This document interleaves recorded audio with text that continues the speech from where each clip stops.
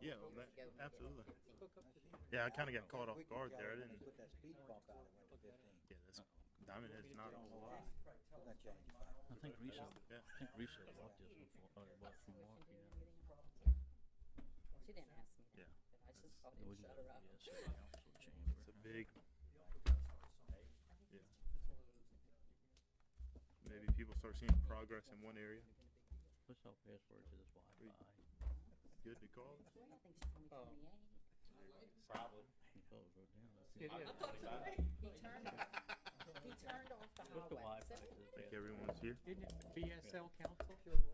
I got my, Wi-Fi. my canals, my Christmas, Just and my plug it in, man. Everyone ready? You don't need a password. Yeah, no, but I was trying Oh, to, I'm yeah, so I gotta keep it plugged in. Hey, Kyle, how are you? We're trying to start here. Alright. BSL at chamber 18. Capital B, capital S. Okay, we're gonna go ahead and call to order the July 17th, 2025 City Council Budget Workshop. Can we have an invocation? I'll just go through that too. You wanna do it? Oh, You wanna lead?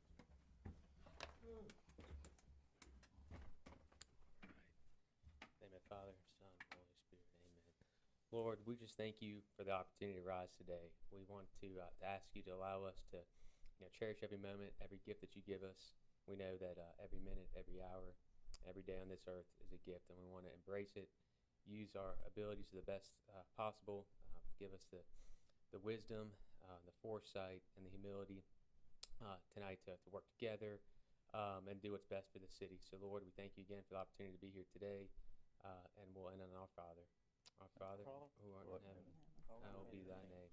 Thy kingdom come, thy will be done, on earth as it is in heaven. Give us this day our daily bread, and forgive us our trespasses, as we forgive those who trespass against us. And lead us not into temptation, but deliver us from evil. Amen. To the flag of the United States of America, and to the republic for which it stands, one nation, under God, indivisible, with liberty and justice for all. Thank you, Councilman. Okay, a couple of announcements before we get started. Or any agenda amendments needed? No, it's pretty brief and straightforward. A couple of announcements are July 24th is our next city council meeting, and our next budget workshop is going to be July 31st at 5:30 in the council chambers again. We'll go ahead and move on to the FY 25-26 budget, starting with the agenda item number 3, the 2025 assessment comparison report from the Hancock County Tax Assessor. Wanted to open up. Before we get started, I do want to apologize. I know we was late getting everything out and all, didn't get it out to this evening and all. Pretty tough year for, to get things done, trying to make some improvements and everything and trying to find out where the money's coming from and all. But I think finally we got something that's a balanced budget. There might be a few items on there we've missed.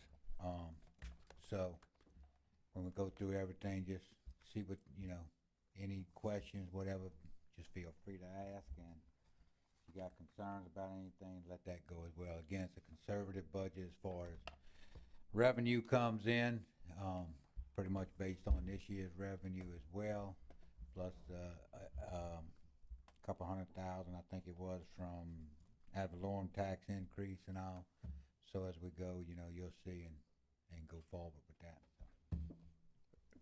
Yeah, I saw the assessed per mill went up, what, $7,000?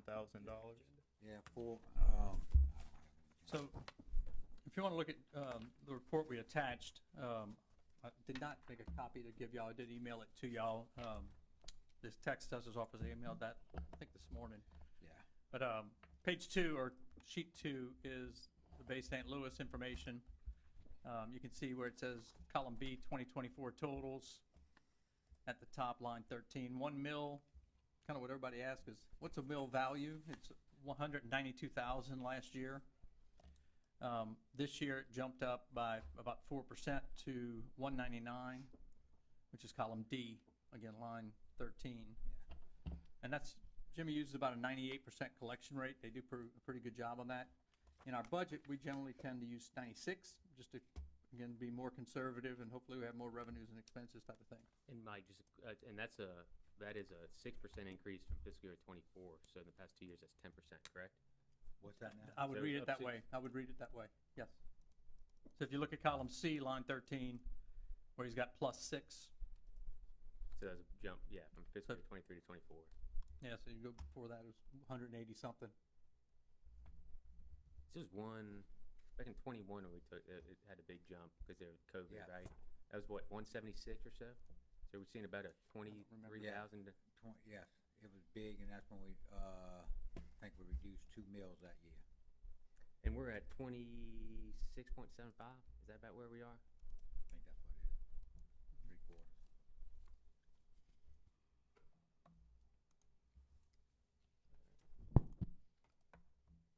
So that comes to the jump from '24 to '25, strictly speaking. So that's the 4% year to year. So that's roughly 200,000, right? So you're looking Yeah, I at mean, basically a when we mil. get into page 1 of the budget, I'll hit that, but you're looking at close to, right at 200 grand So about a in mil. tax revenue generated. All right, sorry to interrupt. I just wanted clarification on that. All right, if everybody had a chance to look at that, guess we can move on and jump. And it has, if you look, I mean, it's got the county information, countywide, it breaks down Bay St. Louis, Waveling, you can see what their values, it's kind of a countywide report that Jimmy puts out. And I'd love to just kind of hear from the council on it. I might kind of look at that when you have the value, obviously the millage is flat, right? 26.75, but the valuation of the mill is increased, which potentially can be viewed as a tax increase, correct? So, you know, No, it's not a tax increase, it's an increase in the valuation of Value all of the the- properties Yeah. and the assessed value, so we raise more money because there's more assessed value within the city limits. but will ultimately lead into an increase for the taxpayer. It leads to an increase for us in the taxes collected, cause the mill value's worth more, but the consumer or the taxpayer don't see an increase in taxes on their bill. But so there's The- no, so is, So every 4 years, they have to revalue property. And that's when you'd see, I think, your house, for example, possibly value go up. But when you look at this right here, it's you're really looking at growth of new construction, and you'll see that in the building department, where the growth in permitting has happened. And so I think that's where you're seeing the driving factor increasing our total we- valuation of the community. can we get the tax assessor, just, because that's always kind of what I've interpreted and heard, is that, yes, an increase in the valuation of the mill is essentially a tax increase. I mean, I'd like to just hear it from Jimmy. I Yeah, thought maybe you'd be. We can invite them. Yeah.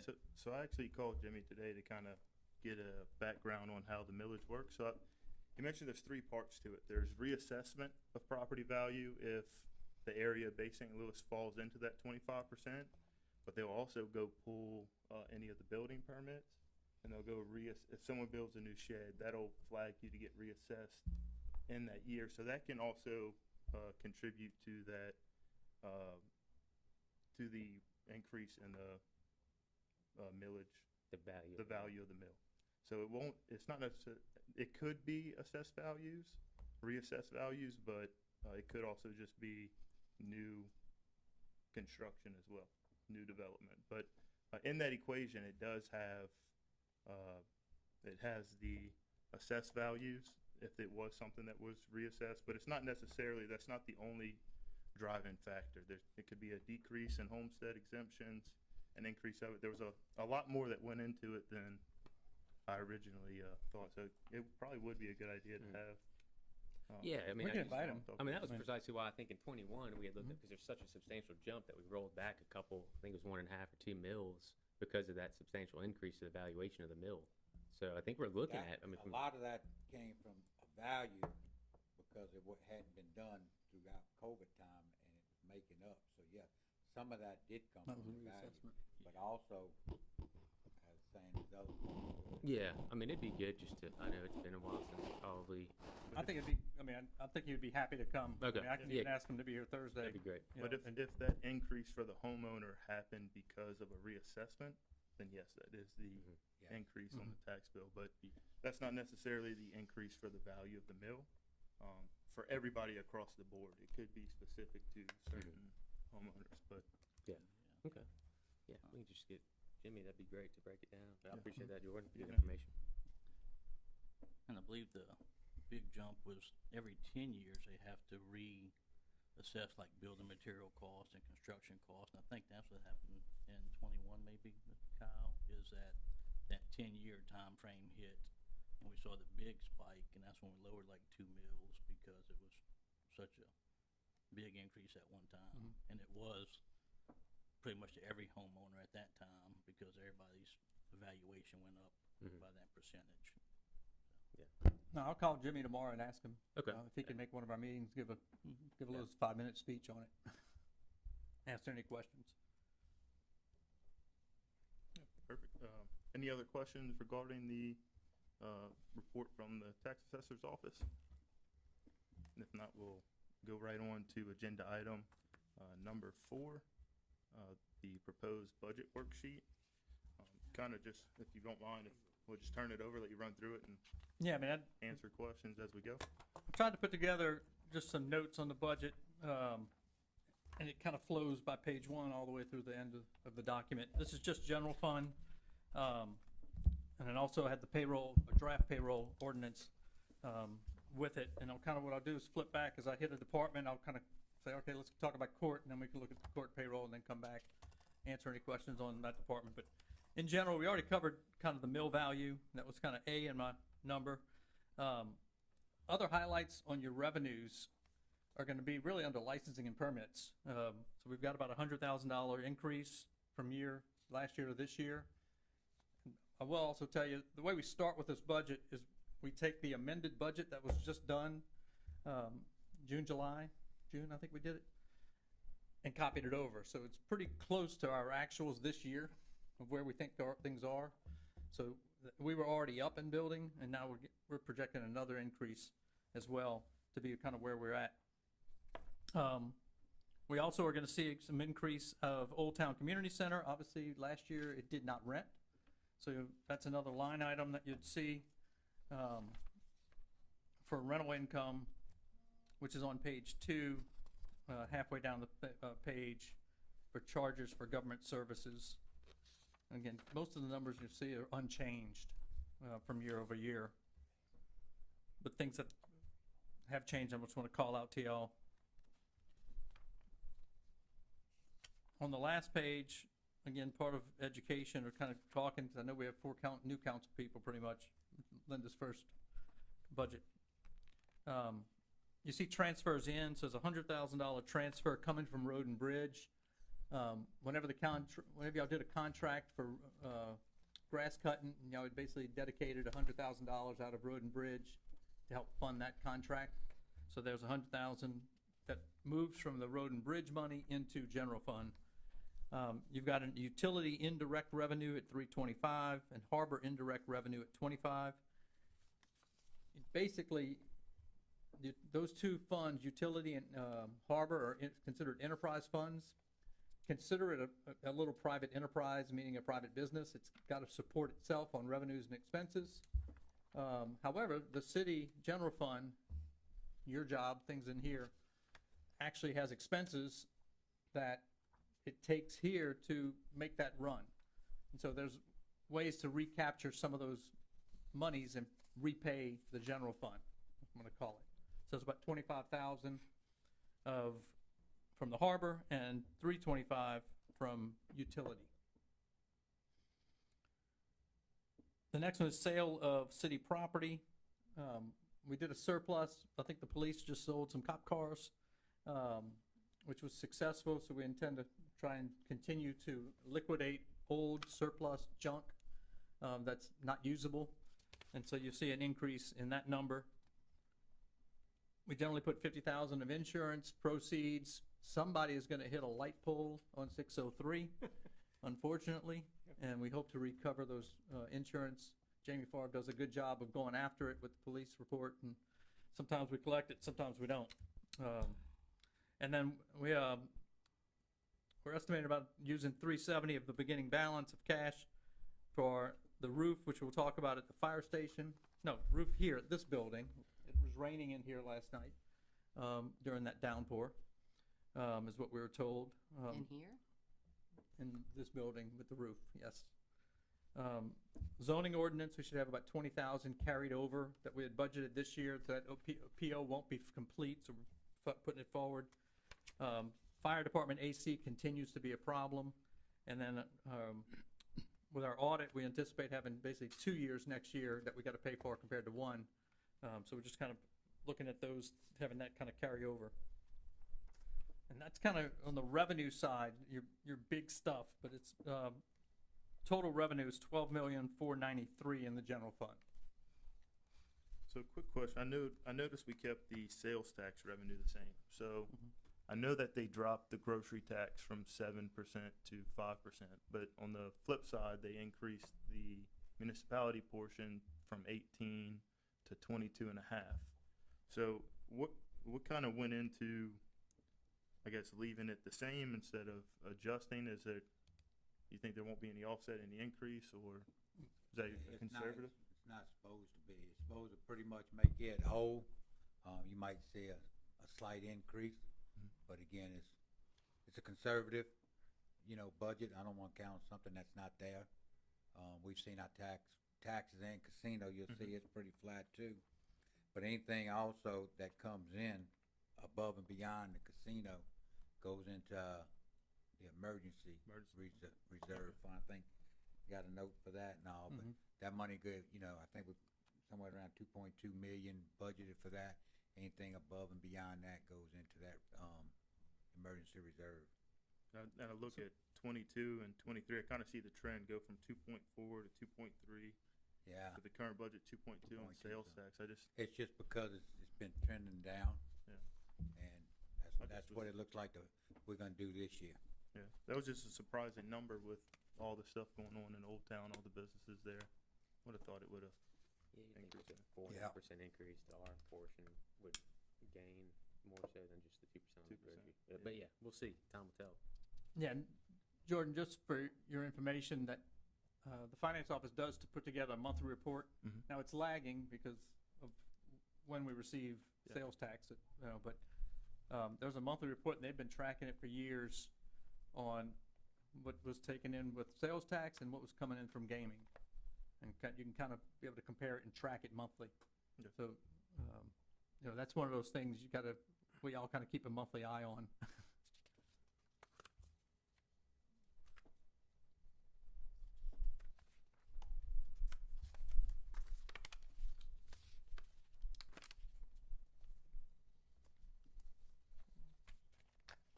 From a revenue side, do y'all have any questions or concerns? Anything you want to see changed? Not at this time. Maybe after, take a little bit of time to look Okay. through it and review it. But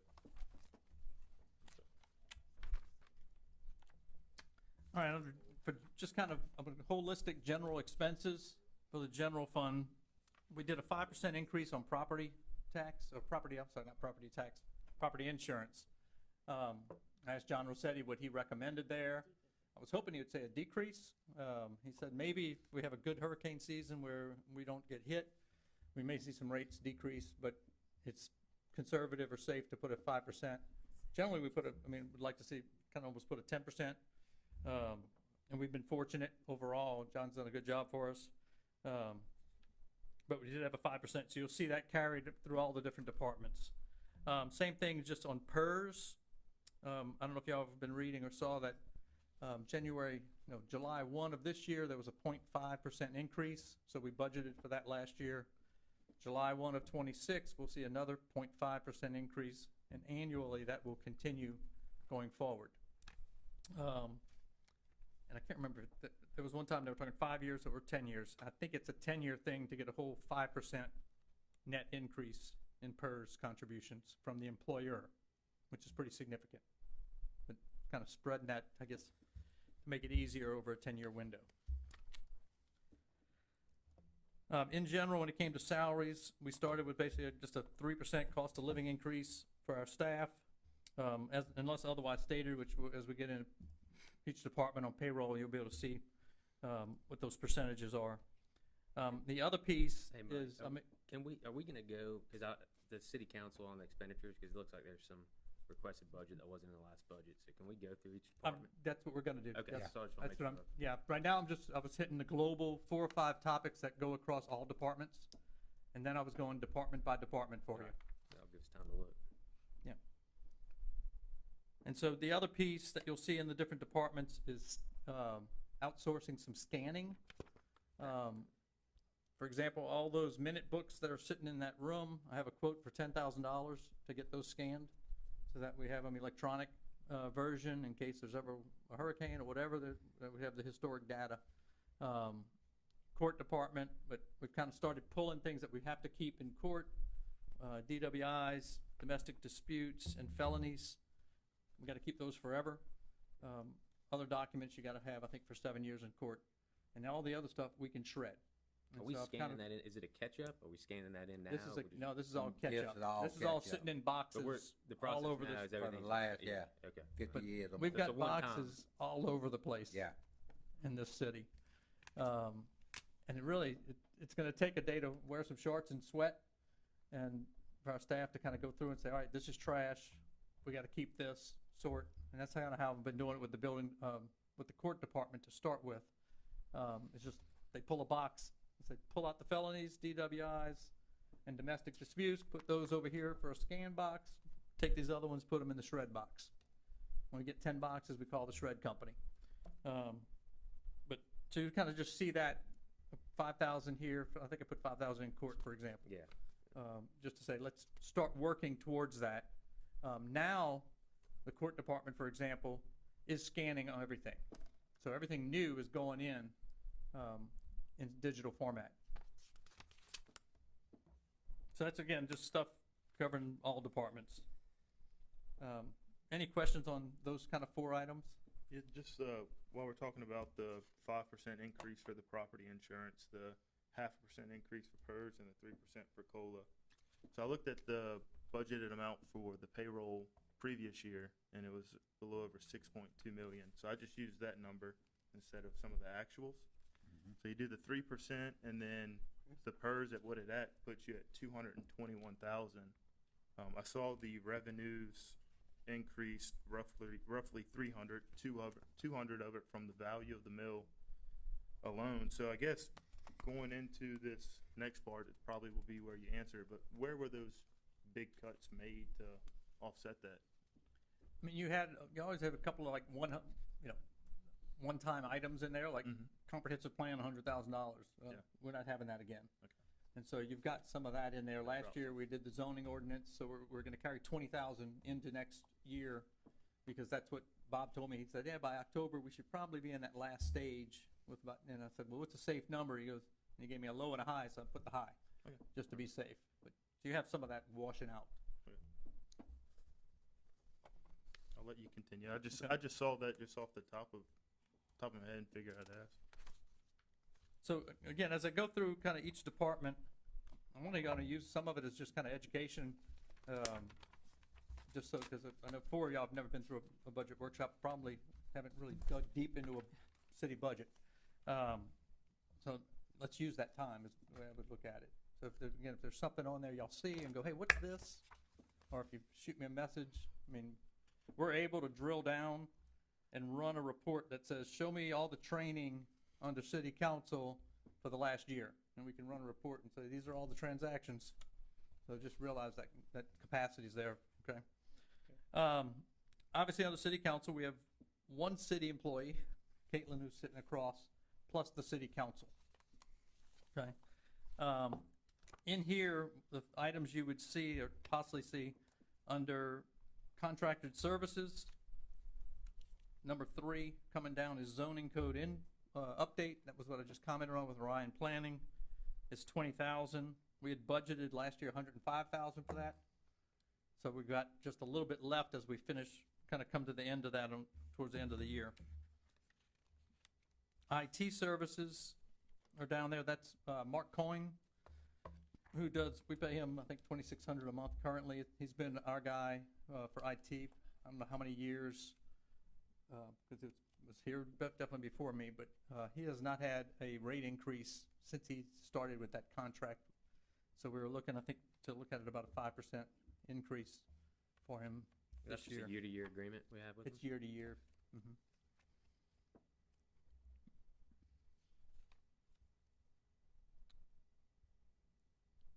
We did reduce legal fees down. Hopefully we'll keep ourselves out of court. And then we put in 10,000 to begin the process for basically becoming a certified Main Street community.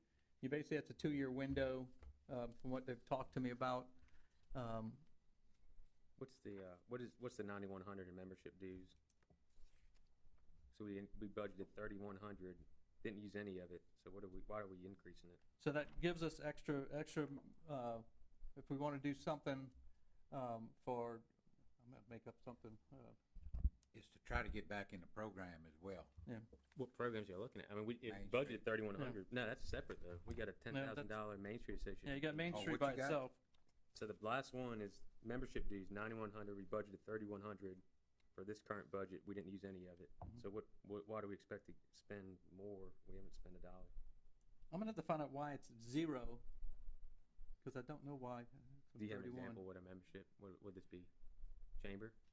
I mean, Chamber's 700. MML is a membership, Chamber could be membership, Main Street would be a membership depending on, but we put We it got under that here under separate. support and allocation, just on how that works. And again, that's, like I was saying, it's a 2-year window and you move from community to network to certified.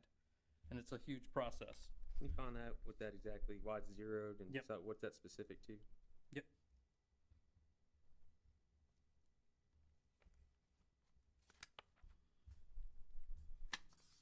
And if I refer over under payroll, obviously there's, most of the people there are you guys. There's no increase proposed, which is standard for that. And then 3% increase with Caitlin.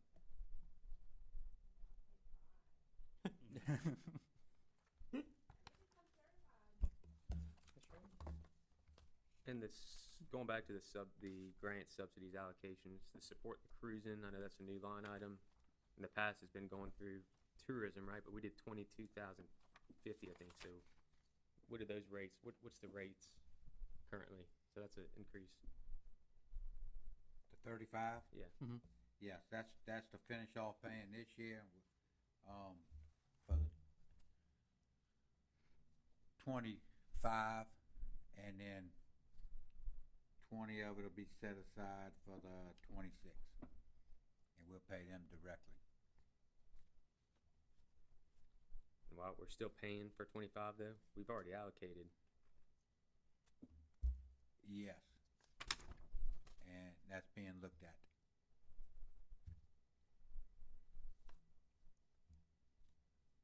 No, I guess more to come on that. We'll just asterisk that one.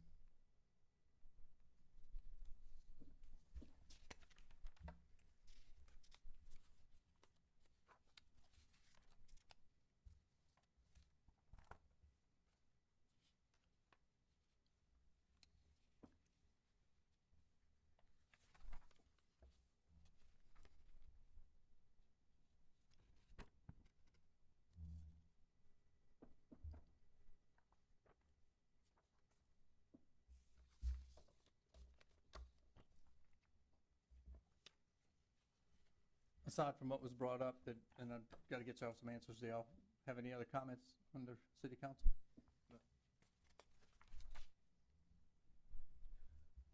Our next one's court. There's 3 employees in court,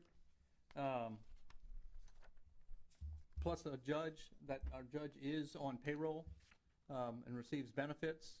So when you see his salary, it's probably lower than if he was 1099 employee. But he does get full benefits. And that's been that way for a long time. Also under legal services, as our outside contractors, that is your prosecutor and your public defender. So when you see legal service, make sure y'all understood what that was. I might just to go back to that. Yeah. Oh, let's see. Okay, no, I'm sorry. I'm good. I'm good. The rest of the items are pretty, again, unchanged and standard. looking if there's a question on any particular line item. What is prisoner jail fees? We get billed for the county jail. Our inmates are charged to the city. So Wayland has to Yep. pay, Diamond Head, all of Diamond them. Head. That has any- theirs. okay. So when Alvin arrests somebody, that's where they go. And we get a bill.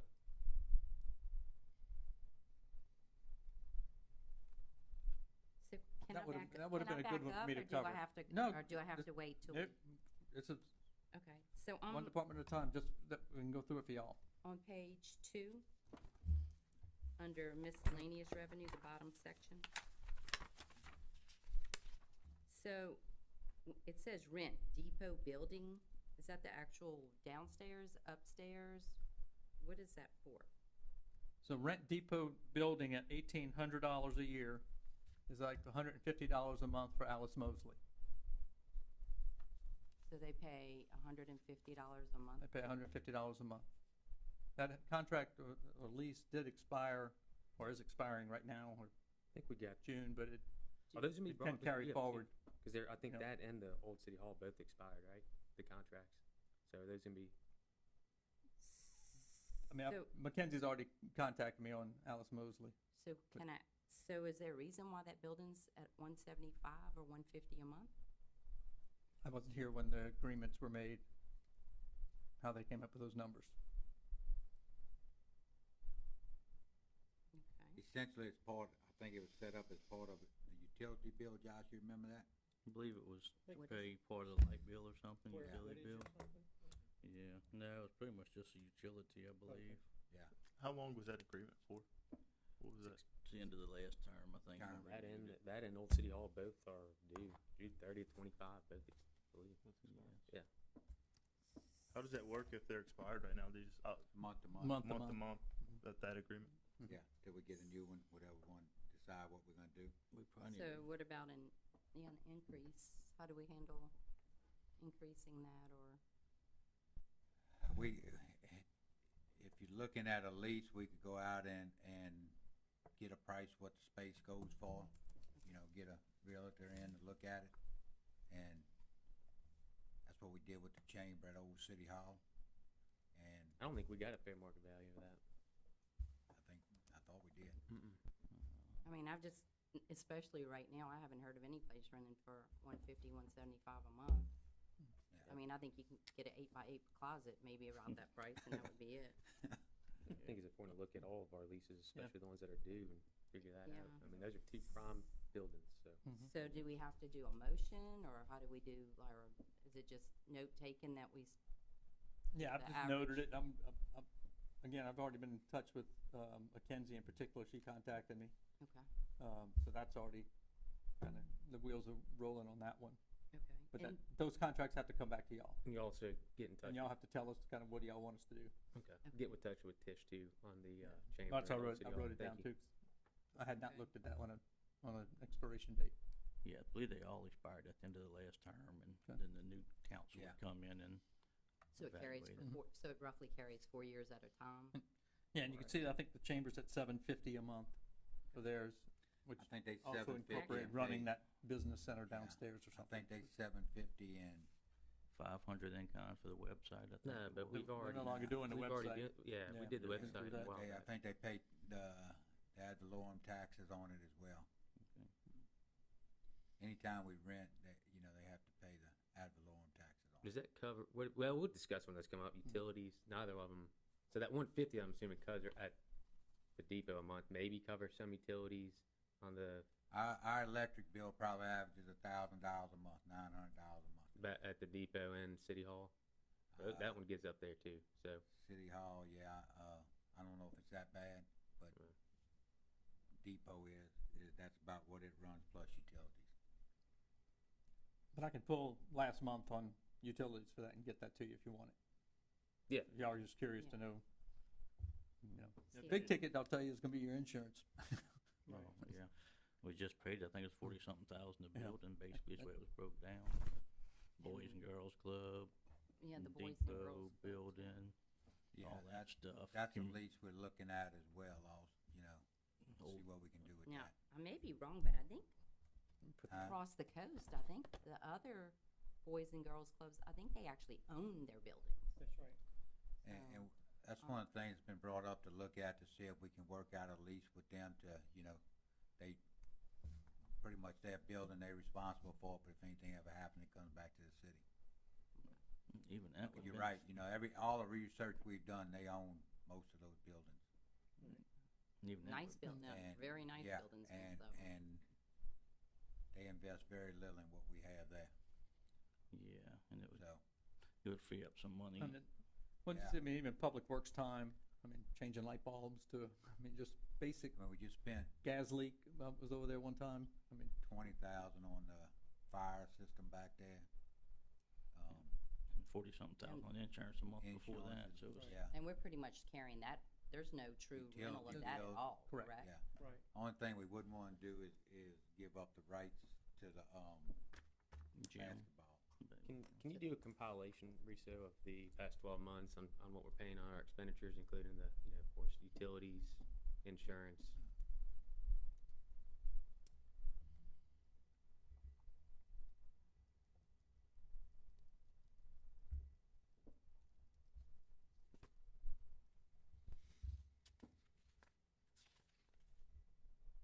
The senior citizen building, what all is it used for? I know it's a voting precinct for the ward, but what else? Are there other activities go on there or what? Where? Seniors? Senior center. Daily, isn't it, for the seniors, right? yeah. Yeah. Mhm. Yeah. In fact, I think it was WLOX or Sun Herald, one of them just had an article like in the last week Yeah. on that building and the activities. Okay, good. Can't remember which one it was though, to be honest. The one on Uh, Cornwall great Boulder. Yeah, in the triangle kinda. So that's, belongs to the city 100% too? Mhm. So what would be the steps on those lease agreements? Roll out something to them that we want to agree on, or will they come talk to us, present, historically, how does that work? We I just, mean, you can do a new RFP, I mean, if you wanna, put the market out there, you can allow them to, we can say, hey, look, here's our new lease agreement, whatever terms y'all wanna put, sign it or don't sign I it. had asked, You know? so as far as like, say McKinsey and Tish coming to talk to us, should we just roll out a lease agreement to them that we think's fair, or do they come talk to us and tell us, hey, look, we'll give you this, I mean, personally, I think that y'all ought to give us some direction on what you would like to see, and then Yeah. the administration would meet with them and say, this is the lease. Yeah, Well, something to think however you about wanna- the but Have we next got time that we- recent, I know, But I'll give you a spreadsheet, I can get what you want. Yeah. Put together, that's pretty easy. well, I don't know if we've had a recent fair market, maybe I'm wrong, Mayor, maybe we did one, I don't think we did, but maybe, on the old city hall and then the depot. I know the depot had one, but it's probably years ago, so it'd be good to get a fair market value, and I get, if it's a nonprofit, you can go below that, but it would be good to understand what that fair market value is on those buildings or assets, and, I mean, that would give us a starting point, I think, before we can even go into trying to make Yeah, proposals. absolutely. I think, and I'm just speaking for the last term, I think we were presented with the options, from those two entities. I think those are both brought before us. But that can always, doing our due diligence, seeing what that fair market value is and go from there. And can we expect financials from anybody that's in any of our buildings also before we approve a lease to see if they have any recent audits or any financials that we can review to see? Yes, Right. Yeah, especially I with think everything that's Shad White's doing, I think that would be smart. That should be- Anyone we're giving money to, I think we need a Yes, audit from for sure. exactly. So we can tick. Yeah, I think I sent out the annual report for library that Yes. John sent me to Yes, y'all. got that. It's pretty standard. He does that every year and says, here, Yeah.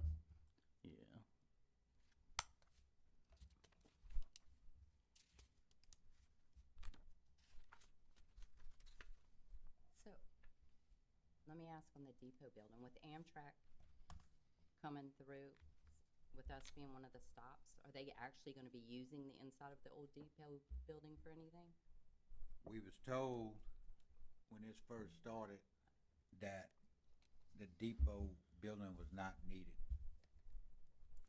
for the stop. Yeah. If we have something that's in there to open, do we lease it out to a retail outsider for some type of business? That's all up in the air. We will have the bathrooms open on the side over there, at the new bathrooms and all, working on that, trying to make the connection from there to the stage area, you know, staging area there. But, no luggage, place to put luggage, nothing like that is needed, it's just It's a just place to stop. So no ticket, You know, if we booths have or something there, I anything think like it would that. be great. And again, you know, if there's opportunity, I know we've had phone calls and inquiries about, you know, leasing space out, you know, for possibility of a, you know, cafe type business, you know, breakfast, this, that, anything from golf cart rentals, a place for golf cart rentals in there, things to get people around to, you know, other things as well. Because they've got the visitor center there right now, right? Huh? The visitor center's there now? Hancock Tourism. yeah. Tourist. Yeah. I think we can get something figured out before we finalize the budget. That'd be ideal. I don't know the process to that though. This would be my first time, at least in the city building, so, you know. Well, I mean, from a revenue side, if you kept it where you're at and Yeah, you're I mean, able to it can only generate be more, better. Exactly. it won't hurt so you. The question is if you get rid of the revenue, then you've lost the You revenue. lost it, yeah. You I know. mean, both of these are such small They're small amounts. numbers. I mean, it's not gonna- $150 a month, you know, Yeah, we got bigger it ain't gonna problems break if the that, bank, if that breaks it. So, you know. Exactly. But okay. I think it's Pascagoula. I think it's Chandelier Brewing is going into their train depot area, which I thought was pretty cool. yeah. Thought that was unique, kind of neat. That would be good.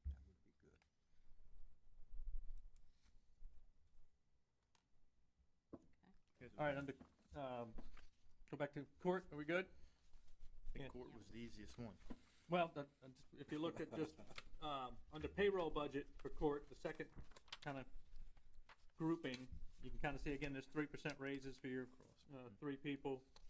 Again, holding the judge, there, cause again, we're covering on health insurance, PERS and other expenses. That's kind of the agreement.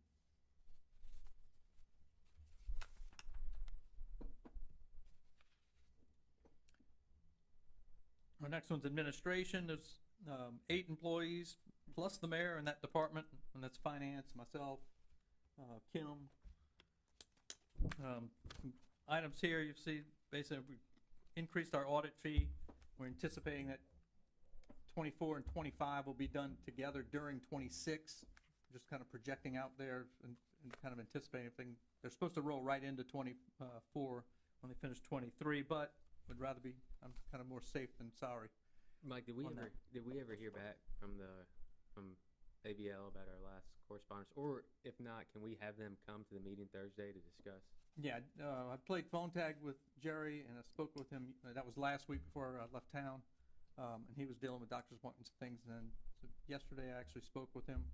And actually threw out the idea, and he brought it up, what about having maybe the council members have a small kind of group meeting with him as well. Kind of having 3 or 4 y'all, can't do 4, but 3, you know, doing more of a one-on-one meeting as a suggestion. But I did throw out and say, possibly have him come in here to y'all. He knew that, he did go watch the meeting, so he already knew why I was calling. Because I was like, hey, can you see me today? Because I'm leaving town. And I was like, can I come to Gulfport? You know. So when I talked to him yesterday, he's like, yeah, I understand where you at and whatever. And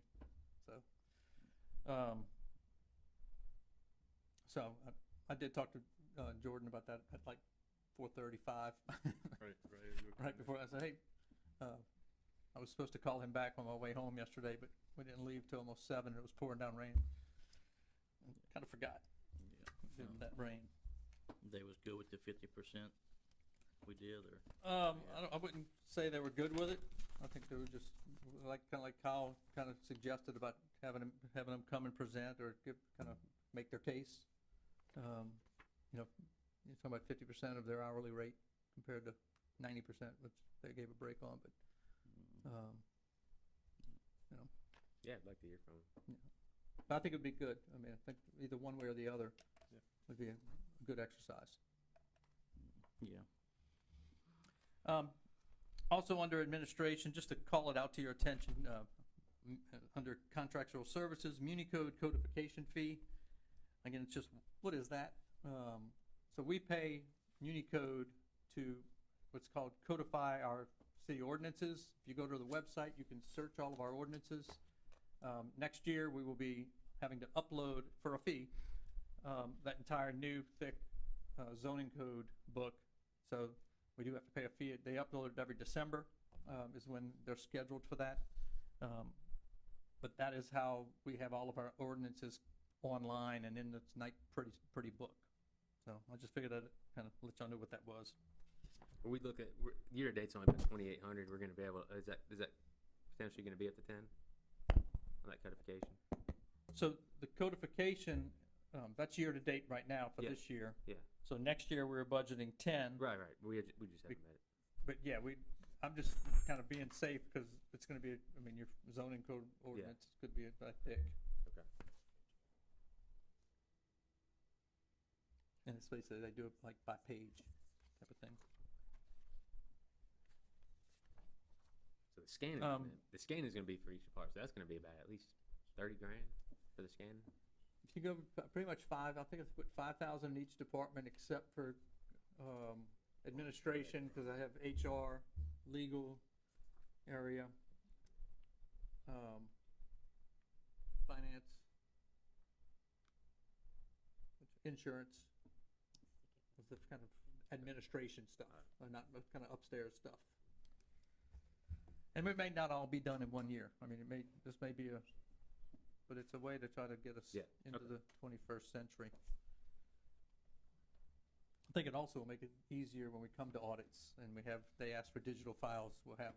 Yeah, I get it. Just under legal, just to explain, we have a retainer as well as just unbilled, or should I say billable hours, so you kind of see what those are. I think it's where did I put it? Page 8. We had recommended again to try to put some funds in for exhibits and promotions, basically our Easter and Christmas events that right now are done through donations. What did we spend? Did we we spend solicit- something last year on Christmas decorations? We've Yeah, purchased the lights that go along like down Main Street when you left here, and Is that only Took that 1,800 turn? bucks? Huh? Is that only 1,800? I thought I don't remember the exact amount, but I thought it was a pretty, it's larger than that, huh? Would that fall into that category? that those I lights don't know, probably we would had not a go lot that there. was donated. Yeah. We have another donation for lights coming this year, we hope to wrap around down the beach, all the way through downtown there. So we're just looking at continuing to grow that event and try to, have something where people want to come and spend time and all, for the holidays. But basically, those two, the Christmas in the Bay event with the parade and the train depot, as well as the Easter thing, every penny of that basically, except the decorations that we've spent, is somebody asking for a gift to donate to it, to make it happen, which has been fantastic, and they both grow. So we're just trying to allocate some city dollars to it, which is fairly legal. Under capital, our server room, which is upstairs, is extremely hot, which can cause problems with your equipment, and we've got new equipment in there. So I think we bought some new, what do you call them, mobile units or something for the fire station to help deal with their temperature right now. Our goal is to try and transfer, once that's done, move that kind of one of those into that area. Put 10,000 just in case there's something else we need to, just to cool that room down. But hopefully we can use the equipment we already have. So that's kind of what we're putting there, those dollars for.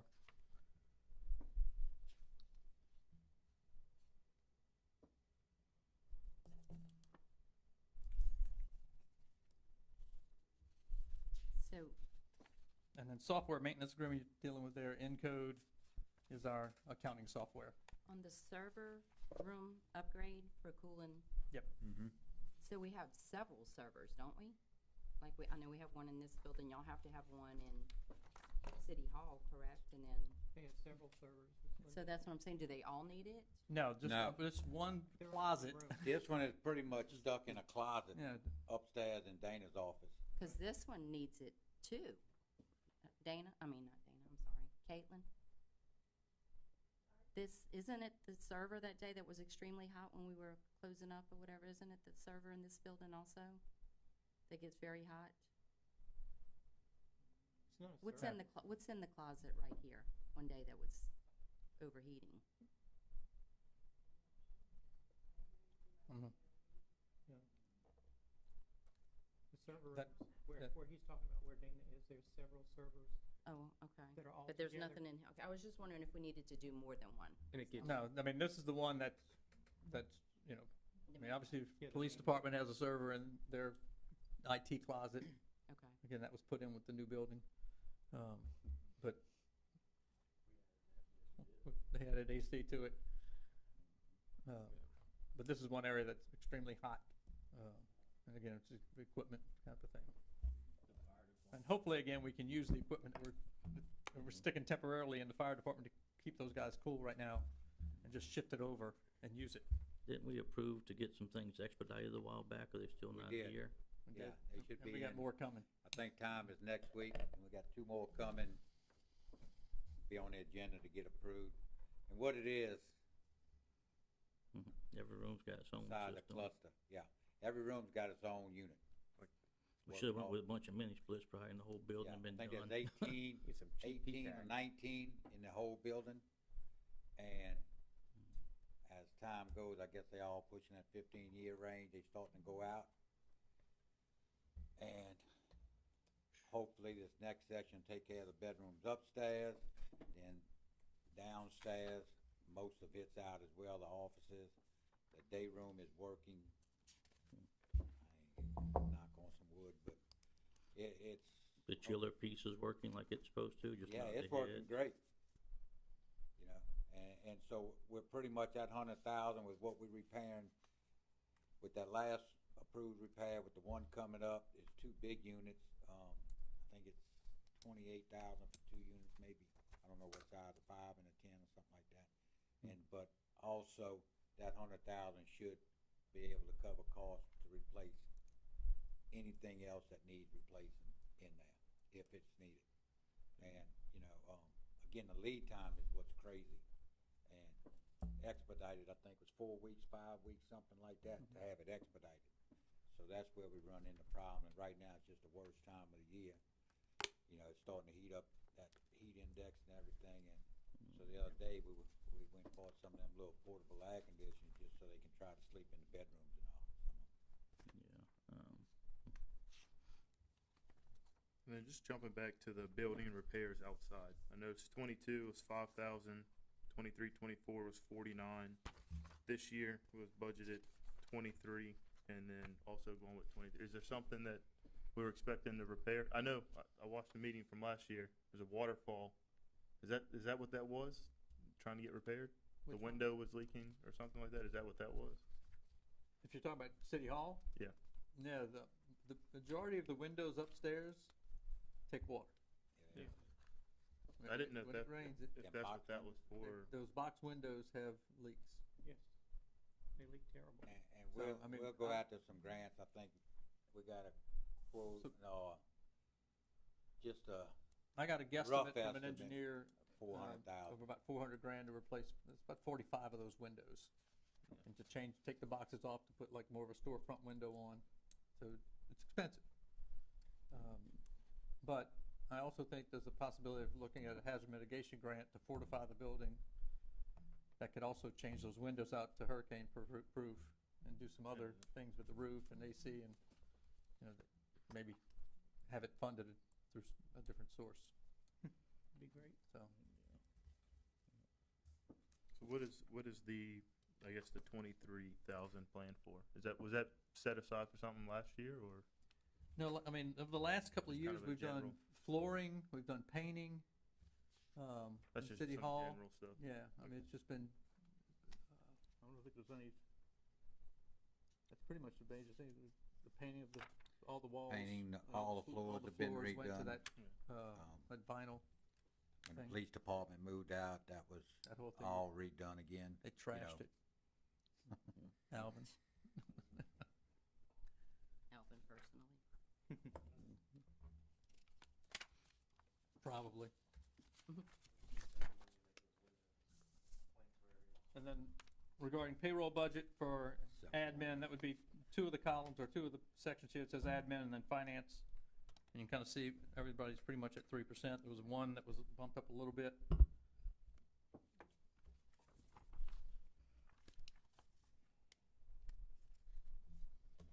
Is that, so on the, with the, are we looking at certifications for those that are over the standard So- proposal? So like, that person is graduating in with me, in fact, by the way, with our city clerk training. Caitlin, which one did you say you graduated from? Same thing.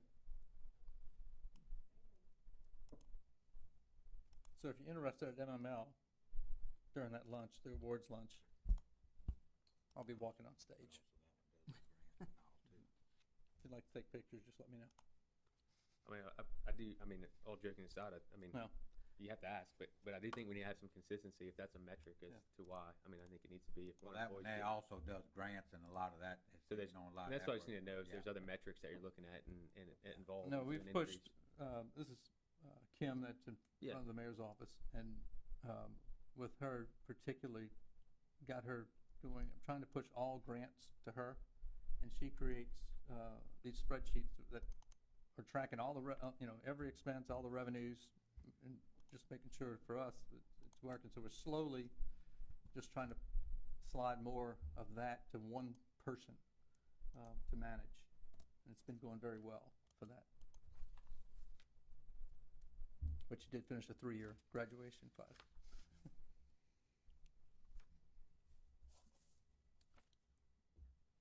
Page 9 is elections.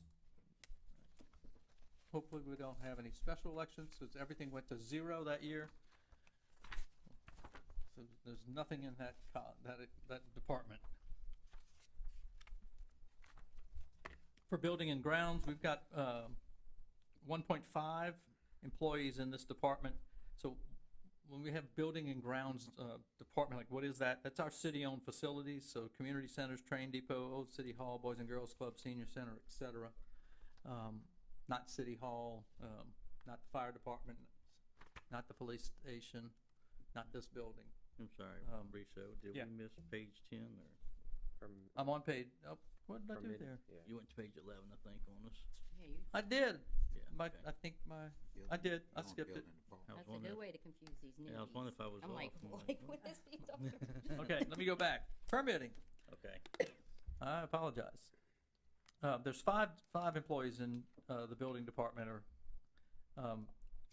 in that area, kind of things that we've kind of put in there. I've asked the mayor for what's called a plan review consultant. As we go into our new zoning ordinance, one thing I did north of here was to have a contract with Orion Planning that the building department, or Jeremy in particular, can access, that if he's got a question on a new permit or something that's, that's not straightforward, that he could pick up the phone and call Bob, send him a packet and say, hey, give us some feedback on how's this fit in to our new zoning ordinance. I have a question, and then he could just bill us an hourly rate type of thing.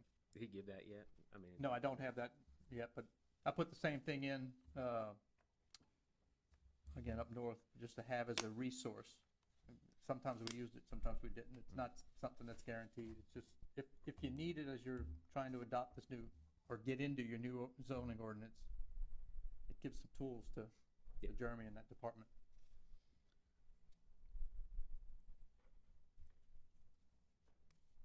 And then that software maintenance agreement, the increase there is for that new So program. that's, MGO is 1,000 a month, but we'd be dropping, Encode, so that's where you see, that number as well. Engineering services in that department was 7,000.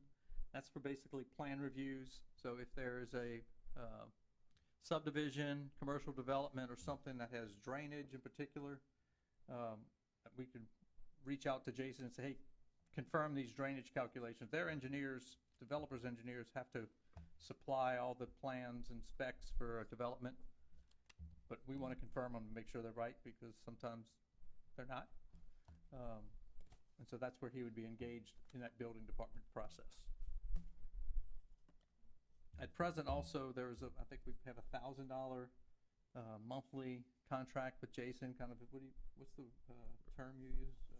Retainer? Not a retain, I don't know if it's a retainer, but it's basically, we pay $1,000 a month and he helps us with CRS, floodplain management, things like that. So that's also part of that. But we've been training Ann more in that department when it comes to floodplain management and CRS. So she's been picking up pieces and doing a lot more on that. So hopefully we can be less reliant on Jason for that kind of stuff. That would immediately be approved by an engineer then? What's that? No, the plan reviews would definitely, when you talk about drainage calculations, about something more of the floodplain management, CRS, we might be able to bring some of that more in-house, is what I'm saying with Ann. So we've been steadily, we're sending her to a training in, I think, Mississippi State in a couple of weeks, next month. And she's been taking online classes with FEMA and everything as well. Again, that's pretty much for that department. Would that employee, once she gets that certification for those FEMA classes, would that dictate where, I'm trying to see where she is here, that particular, okay. So perhaps that's 5% in that particular role. Yeah, there's a, That's accounted for that FEMA certification and or things she's been doing. designation, right? Yeah, I mean, And I do she's- have her stuff. she's got I can. more and No, more. that's great, that's Which is- wonderful. And I think one thing important to point out is, if you look back at the first page on the revenue, look at building permits and everything else, the building department, we actually make money off of. Look at the expenses totaling $436. Building permits alone's $531,000. You add the mechanical, electrical, plumbing, so they're pretty self-sufficient. When we took office 8 years ago, the building department was kind of a burden on the regular taxpayer because we wasn't charging enough for permits and other fees that was actually subsidized in that department, and I always felt that you should hold this on, 'cause a lot of people develop property, make a lot of money in town and leave, so a regular citizen should not pay for that department, and it's doing real well now, so I think looking at the raises in that department and stuff is very justified from what they collect and what we put out to carry that department. If you do the same thing to the court department, picking on them, you're always gonna lose $200,000 a year, $300,000 a year. I mean, it's always a losing Try to get that department. to the Just, county. you know, I mean, it's between your jail fees, you do what you gotta pay the state from the fines we collect and everything else, it's always just a Yeah, that's losing what people don't department. realize, the tickets, you might get $200 speeding tickets, we may not only get $25 out of it. Yeah. It all goes to the state. Unless we create, I think Alvin can help here, create our own ordinance for something, I think we get to keep the money. But state laws, we give to them. No, that was just something I wanted to point out for, y'all with your first budget to look at, to where some spots you're good, some spots you're negative. Negative.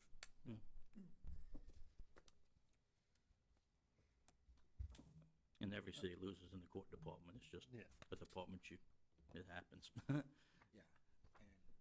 It costs the. So, and we did have it, a couple of years ago, we had 2, 3, 4, 5 in there. Now we have, 3, 4, let's see, we had 6, and we're down to 4.5 in there. I think they're doing a great job, so. so now we'll move on to page 11, buildings and grounds. Again, there's 1.5 employees in there. That supervisor for that department is split between that department and Public Works. So we kind of split his salary between two departments. And then we have one full-time guy that basically works primarily in the two community centers. I mean, type of buildings that are there. Building repair outside contractor, we kind of increase a little bit to try and paint the part of the interior of Bay St. Louis Community Hall. If you were in there a couple of weeks ago, you just know that it's used probably twice a week. I think it was about 100 times a year. And so hands are touching walls and other things. So, you know, basically about 10 foot down, trying to get some new paint on that wall just to keep it in fresh Josh, you don't condition. remember what it was last time we painted that, huh? That building, You remember when was it? We painted the outside last time, didn't we? No, All the we white. did the inside. I remember we did the outside. We need to put some money in here for the sound system too, though, update sound, or Yeah, whatever we we have gotta to do. figure out, we thought, you know, we're Sound getting some boards stuff or in there, but something. it's not working very well. Need to find out what we need to do with that. That's the biggest complaint I get on that building Rotary, is the yeah, acoustics. Rotary. In the, Rotary is, Big hall? is, Mhm. I think, gonna help with that as well. Okay. I did get a guy, I mean, this Yeah. type of stuff that they can put in, you know, I mean, there's a price to it. they have some up, they have some with similar panels up there in it. But, so I help with different weddings and that in there, and I always get asked, the middle beam, and usually if you walk in, the front door's to the left, it's condensation. Mhm. It drips pretty bad, like during this time of the year. Is there any way of fixing that? I mean, it. I know I've seen it. Sometimes I it's, know it's Ron- dripping so bad, it looks like it's, that the ceiling's leaking like during a rainstorm. Is it an AC fan or something It's, sweating? no, or it's just not, it's beam? the metal beams, I guess, from the AC, the cold and the heat, everybody opening and closing the doors. The condensation builds up really bad in there. And so like it was a month or two ago, the little girl's freaking out because it was actually dripping on her wedding cake. Oh, God. And I think it's just like an adjustment, I don't know. I know when the cafeteria sweats, they mop the floors with vinegar or alcohol, but you can't do that on the beams, cause it dries it up, they're drying agents, but you can't do that to the beams. So there's gotta be something that we could do, Well, we also don't have a lift that'll get that high up in that and I building, know. but. Aside from that, there is software for 3,500. That's the planning pod software that y'all approved at the end of last year. And that's hopefully, talk to Katie about that to go live. That would be our reservation system to have it online, like a calendar, like you would for an Airbnb type of thing. Under capital, here's where we're talking about Christmas, about trying to put 20 grand into Christmas decorations at the depot to enhance that, to kind of buying one of those big trees. If you, MML, if you see the guy, he's got the 20-foot tree, the 4-foot sections, and each year you can add to it or whatever, but they come in 4-foot heights. And you can We're looking build it at out. $40,000 in promotions and decoration. I mean, I'm all Mm. for trying to have a good display during holidays, but I want to say we allocated like 10 grand. I'll have to look back, Caitlin, if we can see, but I want to say $10,000 in Christmas decorations last year. I remember discussing it because I again, think that was taken out the budget. I have to look back. Let's see. I think I had like 15, and I think it was taken out. Maybe was it like 15 or 17 or something? It was taken. That was the 17. events and promotion last year we removed. Yeah. 17. We took it out. I thought that's what. Okay. But that Christmas event has been, I think, very popular. And you can make, kind of put something down there that, obviously you're not trying to rebuild, as I would say. What's the park in Gulfport, where they've got a multi-million-dollar, Oh, yeah. Jones Park. Yeah. But you can have a small thing that families can go to No. over a 30-day period, but obviously complement it for the Christmas in the Bay event. Is there a way to maybe get some sponsorships to offset this? I know Jones Park, Mhm. they go out and get sponsorships for it. That way it's not a full $20,000, really 40,000. It's about $20 a ticket to get into that event Yeah. too. Didn't I mean- didn't we have tree sponsors last year? All those trees were sponsored, right? Yeah, all that out there. Then that Yeah. went to it. Okay. That wasn't a cost, that That, was, I know it's good. Running Yeah, Club it's good to have donations. took to it, sponsors. overseeing that. so, if you say Christmas decorations, does that also include like the Easter egg hunt or anything else we would do community-wide? That's in the other. That's gonna be Or is like another- that gonna be a under that little e- different, each one's separate? Under that events promotion is where I commented on Easter eggs, where you can go out and buy the candy or do whatever to give away to the community. And then it doesn't have to be specifically, So that's what I'm saying. Just an Others. example, it can be whatever, You but know. that, Okay, if there's That's other the two things that are needed, big. whether it's what they call it, where, just like across the street, the Bay St. Louis sign, somewhere people stop and take pictures and all, you know, it could be something for that at the depot. You know, we was looking at that at the time with some of the money left over, and then the rest of the paving ate that up and all, so we didn't get, so it could be something simple as that, but it's just, you know, And the Easter egg, I mean, that's a great event. Y'all do a wonderful job. And that's all donations on the Easter egg? Is it what? So it's all donations on the Easter egg hunt, which is, again, fabulous event. Solicitations. Solicitations. But also, Couple I phone know calls. that a lot of the employees inside City Hall Yes. take out of their own pocket for a lot of it, and I don't Yeah. think that's necessary if we can afford it. I didn't realize that. Yeah, I mean, that's what, they great do. events, I mean, the depot last year was nice. I think, I mean, Christmas I think time. especially, I We've think got- our Easter egg can grow Mhm. with the right publicity. I'd like to see an adult version of an Easter egg, maybe like a a nighttime lot of people want that. One night, and talk about solicitation, so you do very nice prizes, like 75, 85-inch TVs you get donated, you know, I know a city that event you does can it, and they start. have an awesome I turnout. think you got a chairperson next Yeah, to it that's for an an event you can start. Yeah. Christmas you and at the Nancy. depot, my vision is to be a small version of Jones. Yeah, and And- look, we had a guy, It was good last year. he Huh? came in a few years ago It was just on his own that does this. I think he did the one in Columbia up that way. And his vision was tying the depot into downtown. And with the lights that started going down Main Street, starting to tie in, this year's goal is to stretch out from Main Street in Nikkei, wrap around to the depot. But it's also starting at the bridge, coming south. Hopefully we can get all the way down to, I think, right there at Washington Street is where our lights stop. But then come back down, next phase would be Second Street going back to the depot and down through that way. And tie it all in to where it make a great walking, you know, Yeah, event, walking you tour. know, for families and all. This year's event, there's a lot of stuff going on that they want to do, you know, add to it and take away this and add this and that to really make it, every year it's growing. And, you know, and yeah, and 20,000 for this and whatever it was, Wait. 17 for that, 20, but you know, you're not even looking at a 1/4% of the entire budget. You know, Well, I can maybe say a third too- of 1% of the entire budget to help promote our city and all. Right now, we spend $0 promoting our city. As our city spends $0. We don't buy an ad in any magazine, any paper, graduation, nothing. Well, We do not spend one penny. we do it indirectly with the short-term rentals and the hosting fee that goes to coastal tourism, and they are promoted. They do it. Yeah. That's correct. But that comes from, That is correct. Yeah. That is correct. But as far as anything, you know, that the city, we don't spend.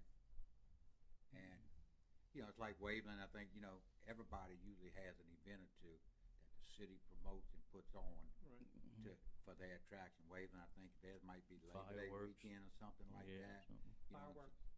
you know, the other things and all. You know, our New Year's is unbelievable. When we started that 5 years ago, something like that, Trapani's was open for a short period of time. Blind Tiger, no one else was open. And then all of a sudden that first year, like, wow. And then the second year is when everybody started staying open. And it's a great event, you know. And you'll see it MML when they find out where you're from, a lot of, man, we come down for this. You know, our senators and representatives throughout the state come down to Bay St. Louis pretty good bit. But it's for events like that and all. But, you know, every city usually has something. And ours, you know, it's $20,000 or whatever it is, but again, So- it's less than a quarter. Let of me go back 1%. on the Christmas at the depot. So my vision, like I said, is that, but you could keep spending a couple hundred here and 1,000, 2,000 there, and go to the Dollar Tree and go to the dollar store and go to Walmart. And guess what? Next year, those same items, you got to go buy them again. So I started looking at the large city decor.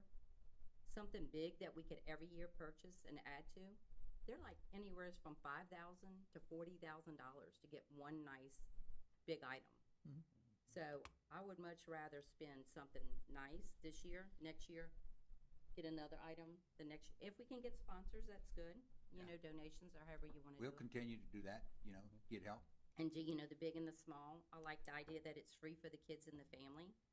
I got my ideas of what you can add to it during the day.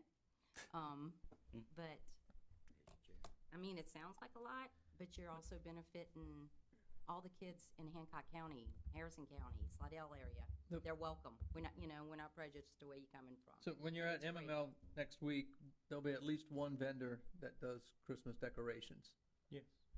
So y'all can see Yeah, the all commercial grade quality I want it. that you literally store and maintain, and, you know, it's not the good Dollar General stuff, That's but it's stuff that people are gonna go get in front of and take a picture. picture. stuff That's, that, and you that's know. what I want. I want people from Slidell to say, So you the know, question is- Saturday after Thanksgiving, let's go plan to spend the day in the bay.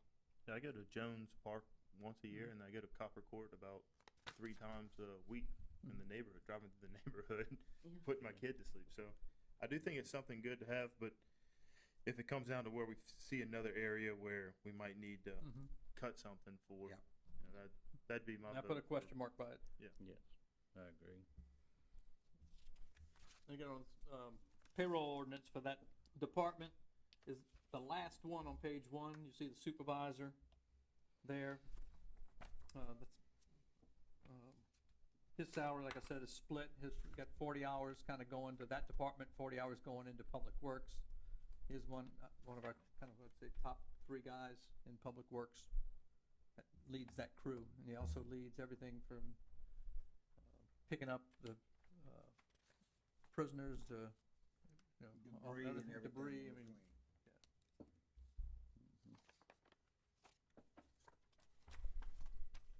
and then 3% for the other guy.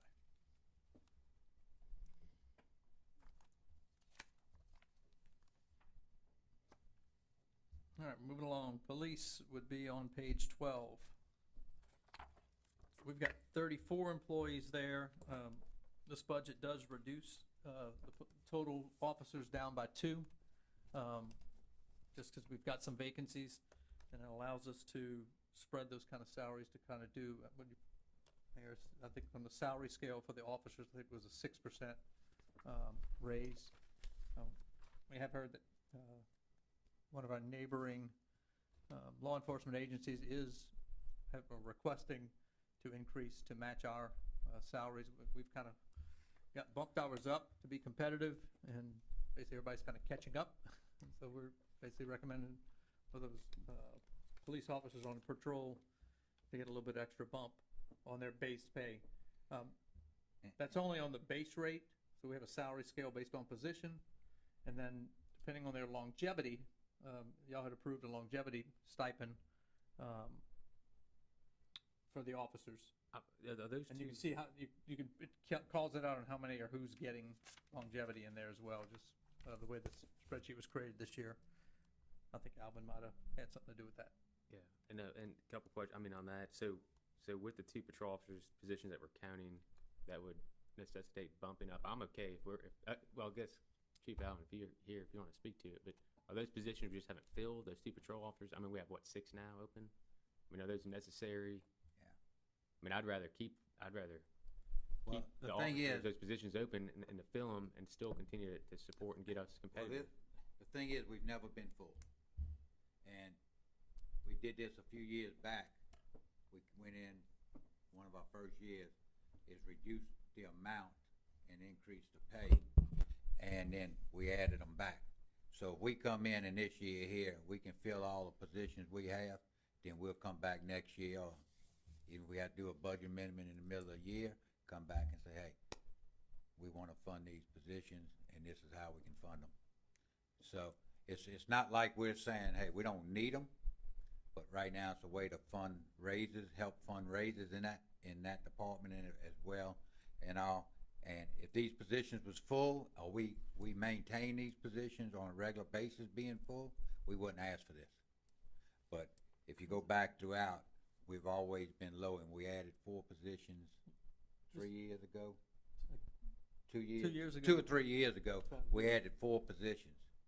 And those 4 positions might have got filled because of what they ended up being. But then patrol positions was open as well. So even though we was added 4 positions in, Still had we were vacancies. still way Still had short. holes. And we don't do any part-time, We don't? do we? Do we? We part-time? got 2 certified, Elfrin? No, they're not, but they can reserve. But at this time, we have no part-time. And I don't know the world of recruitment for law enforcement. Is it easier to get a part-time position filled than a full-time, and you can?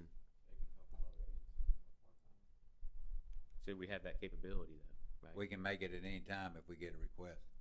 And what we've done in the past, if we had an opening, we could slide them into that opening, and they would just work the hours they did. But we don't advertise for anything like part-time. Uh, We do advertise for it. But I'm saying advertising, like, we don't, so it's gotta be asked if, hey, if you have something part-time. I mean, would that help? I'm just trying to think what we can, I mean, I'm sure you've got to.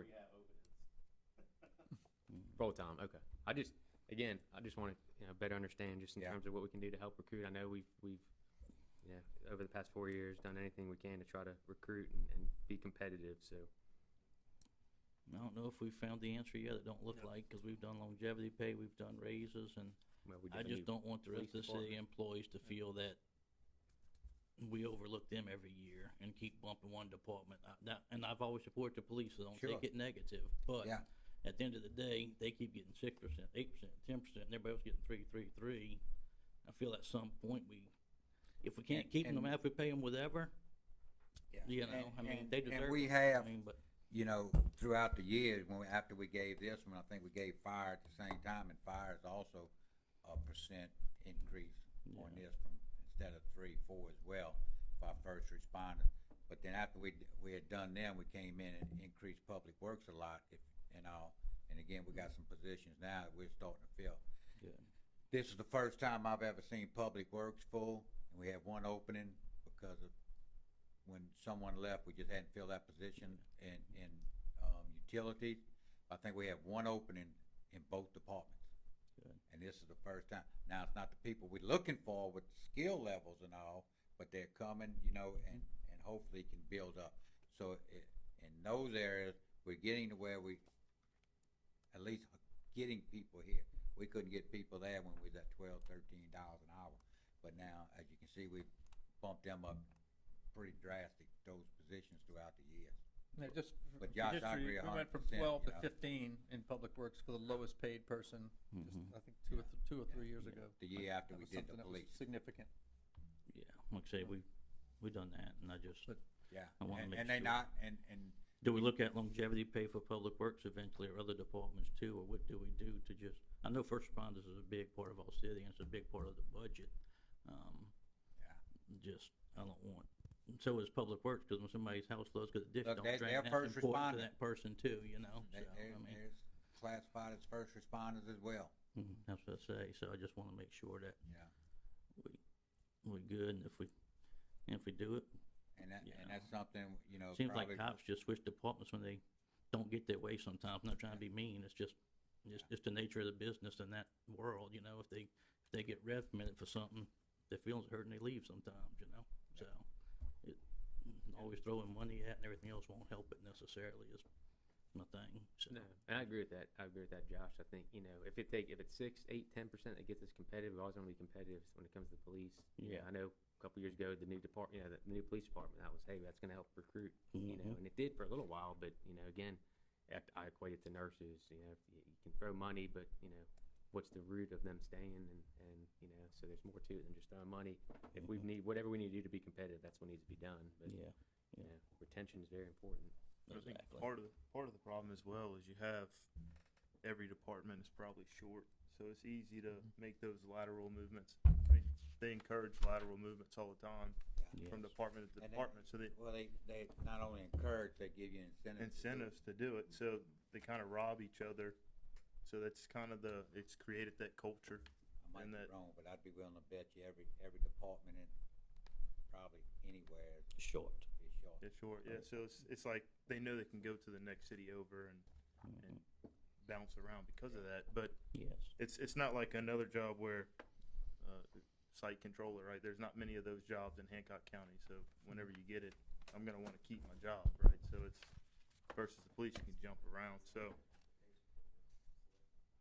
Going back to the pay, it's great, we wanna stay competitive, but I don't know if we can come up with other recruitment tools to try to get some people here. They're working on that, trying to see, you know, and put a group together to, you know, help do the recruiting. And one thing Alvin just said to me was that they are getting some applications, but they also screen their applications to make sure they're getting the right Yeah, applicant. Oh, yeah. So there is some, screening going on, let's Yeah, call it. I mean, Like I say, I always support them, I still Yeah. do, I just wanna make sure that other employees within the city don't feel like they're overlooked because of anything. Some other things there, obviously, we just auctioned off, I think, 6 cars. We've had some old cars, I think I sent out I don't know, to the whole council or not, it's going back maybe 4 or 5 months ago, maybe longer. An inventory of all the vehicles in the police department and which had the age, like how old they were. But we have had some significant repair expenses on vehicles. The patrol cars do put a lot of mileage, so we're doing oil changes, tire rotations. I think we may have bought a new engine. I mean, there's all kind of stuff that happens, but hopefully that vehicle repair will come down with, we just got 6 new Durangos, is that right? And then we're asking again through for our lease purchase fund, that we're trying to replace another 6 vehicles next year. And that we're trying to, ideally, you've got about 25 patrol cars that are out there. Tell me if I say something wrong on my exact number. 25 patrol cars. So if you're buying 5 patrol cars a year, you're flipping them every 5 years, because after 5 years, the maintenance area starts coming. And then you're just pouring it there, but, so that's something again, when we get to the lease purchase stuff, you'd see it. And then, just to let y'all know, the software that the police use is called Caliber. Tell me if I said that right. And it's called a police reporting system, and that's $36,000 a year.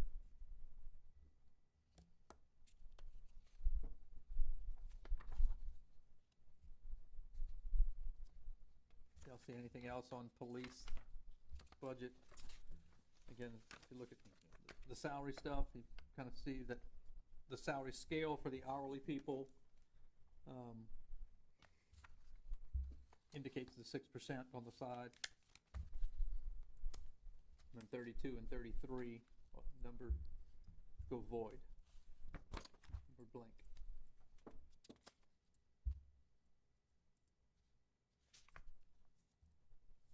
Just curious, the 27%, it just jumps at me, just for the, Which one is that, like bailiff Hicks?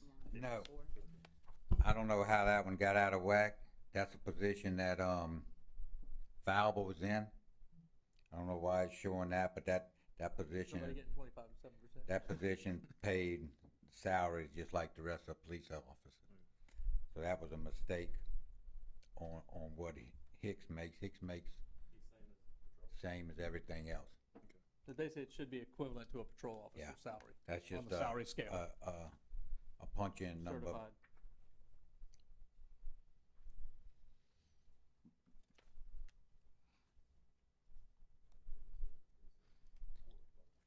Yeah, and yeah, he's been out a lot.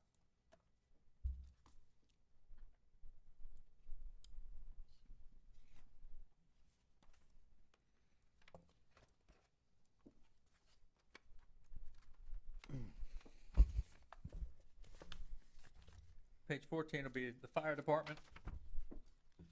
In there, we have 25 full-time staff plus 10 part-time reserve firemen that are able to fill in and assist as needed.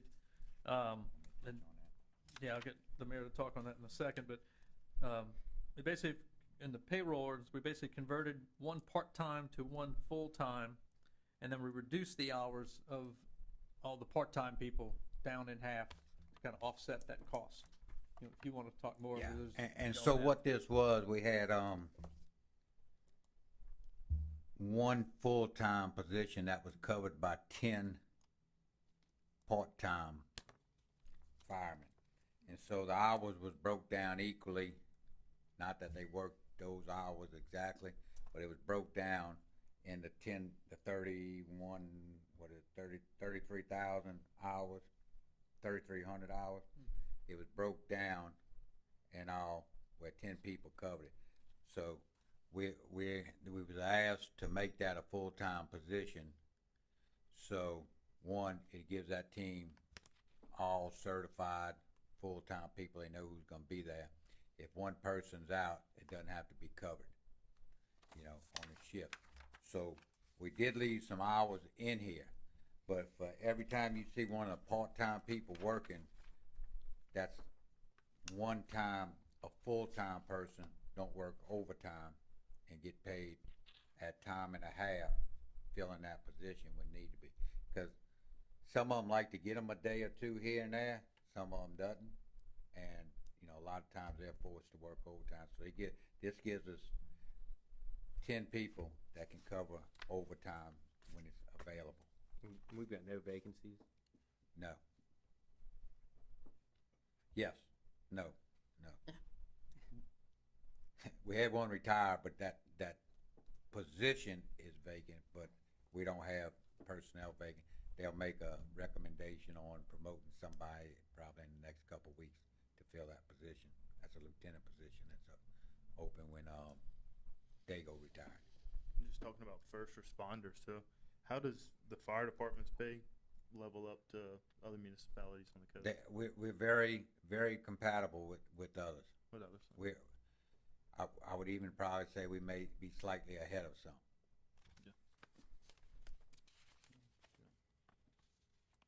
Yeah. And, you know, when you look like theirs is a 4% raise increase, but it's a pretty big amount of money because of the way they work their shift and all, and the hours that they work. So.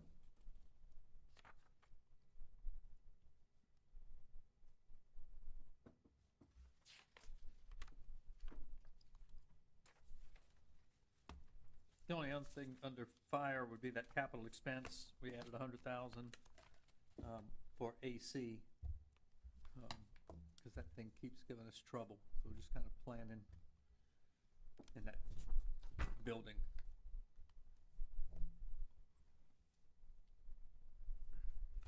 Do we have to phase in the breathe apparatus? Did we already get those? You purchased those all that we need. Okay. Yes. I think we have a couple years left on that. The bad thing, I think, pretty much when you finish, you gotta start over with new ones.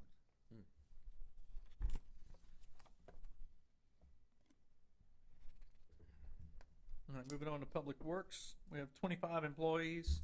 There was a recommendation to add one more labor position in that department. Over the years, you've seen us trying to continue to increase, kind of go back to Josh's comment, increase salaries in there, especially for key personnel, but you know, even the laborer from 12 to 15 that was done a few years back, just to recruit and retain it. Obviously, with the mayor's comment about it's working, because we're getting those laborers, which is good. And some of them hopefully can move up into other positions as well, and all. So that's the good thing. In that department, we do have 40,000 for engineering, so that's when there's a public works issue, drainage, streets, or whatever. That Ronnie would need to reach out to Jason or something, do a work assignment for a specific targeted area that can be tagged in. Last year, there was a lot of effort put into creating standard specs on various types of projects. So standard spec to put in a fire hydrant or a sidewalk or a culvert. So we had to have a contractor do it and just hand them a standard spec basically, not have it redesigned. And it'd be built to our standards. One thing on positions as well, we roughly have the same amount of people before annexation in Public Works. We doubled our miles in the city almost, but we have the same number of people now. We don't have grass cutting anymore, so that's a big help. But as far as workers go positions, we have roughly the same amount of people as we did prior to annexation. So, what would it, where would the adjustments need to be, or the revenue come from, for possibly wards 5 and 6 to have nothing but a ditch crew almost year-round for that area? Finding the right people, it's in, I mean, it's in the budget already, we have 3 operators, 3 truck drivers, And that, so But it'd pretty much be a ditch crew though, or would they be, no, the plans are to have, counting Jamie, 3 of them that can dig, but it's finding the operators. But you got 3 openings for operator you know, as it is now, No. right? I don't know why this department, So those are full. There's individuals in those roles, in that yeah, position. it says name, I don't know why the names are not in them. The only, I don't know why. So those aren't, so you're full. We're full. Alright. And that's why you see someone may be in one department that is paying a $20 job, but he's only making $16,000-$17,000 because they brought someone in trying to train and this and that can move up. But yeah, as of now, we're full there, and like I said, I think utilities is one person, which would be our sewer. So Mayor, are you saying, I mean, if you bring back and get with Ronnie and see what's needed in terms of ensuring that we keep up with the services, and we'd have to look and see what other deviations or cuts we'd have to look throughout this budget, but I agree with Linda in the fact of, I mean, if we can put more people in there concentrating on the ditches, Yeah, I mean, that's that's important. his goal. His goal is to have 3 crews. So can you get a kind of a little proposal and say, okay, what are the exact needs, that we'd have to find some money, Personnel. what are we cutting? Yeah, personnel. But it's No, not- Somebody, you someone need that the can go skill. dig a ditch. Okay, It's somebody on a machine That's or, what we're doing. you know, somebody, but Is how it many, certification? Yeah. no, just what that number is, what the FTEs needed, and then Okay, how we're gonna, yeah. how we're gonna work within what the proposed budget is, what kind of cuts we're You gonna know, make. we have people now that, you know, with our smaller dump trucks where they don't need the CDL, we have that covered. We've got good people that can work with them, we just don't have the people. We've got one, we got Jamie, but then we're looking for that other 1 or 2 that can go in and dig. And every time we get close, we lost 2 guys in the utility department, went to AT&T, that was very good people. That, in that department, that hurt big time, cause they was at a place to where they was gonna put 2 crews on for installing, you know, and Yeah, credit like to Ron. every time we get what we need, we lose the Yeah. key personnel, or, you know, to that. Yeah, but credit to Ronnie. I mean, I remember when we were looking at this before we made the increase. I mean, we had quite a few vacancies. So, I mean, that's Always, credit, yes, yeah. So yes, he's done true. a tremendous job filling these positions, keeping them. So I mean, That's what I'm saying, this is, in my 12 years, this is the first time I believe I've seen Yeah. those 2 departments full. You know, jumping back to something Josh said earlier, with the public works, 'cause I know something, you bring them in here, you train them, they get certifications, boom, then they leave and go work for a private company. Mhm. I'm sure y'all see that all the time. Sure. Is it, I mean, is there something that we could implement longevity wise to where when we do get them trained and certified and we have some, they don't just leave us? That, or, you know, we can continue to increase. Yeah.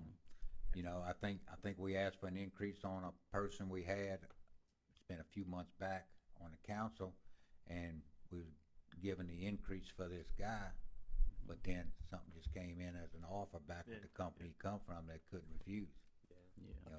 I think like it was- $20 extra an hour. Yeah, I was thinking, I mean, because I know Yeah. getting people certified and training, it costs us money to do that. That's Yeah. why I was just. and, almost and like one a of the benefit. things, Right to work. one of the things certificate, Ronnie is people good that- about, when he gets that person and feels like they the right person, he's not scared to ask to amend the budget to pay this guy.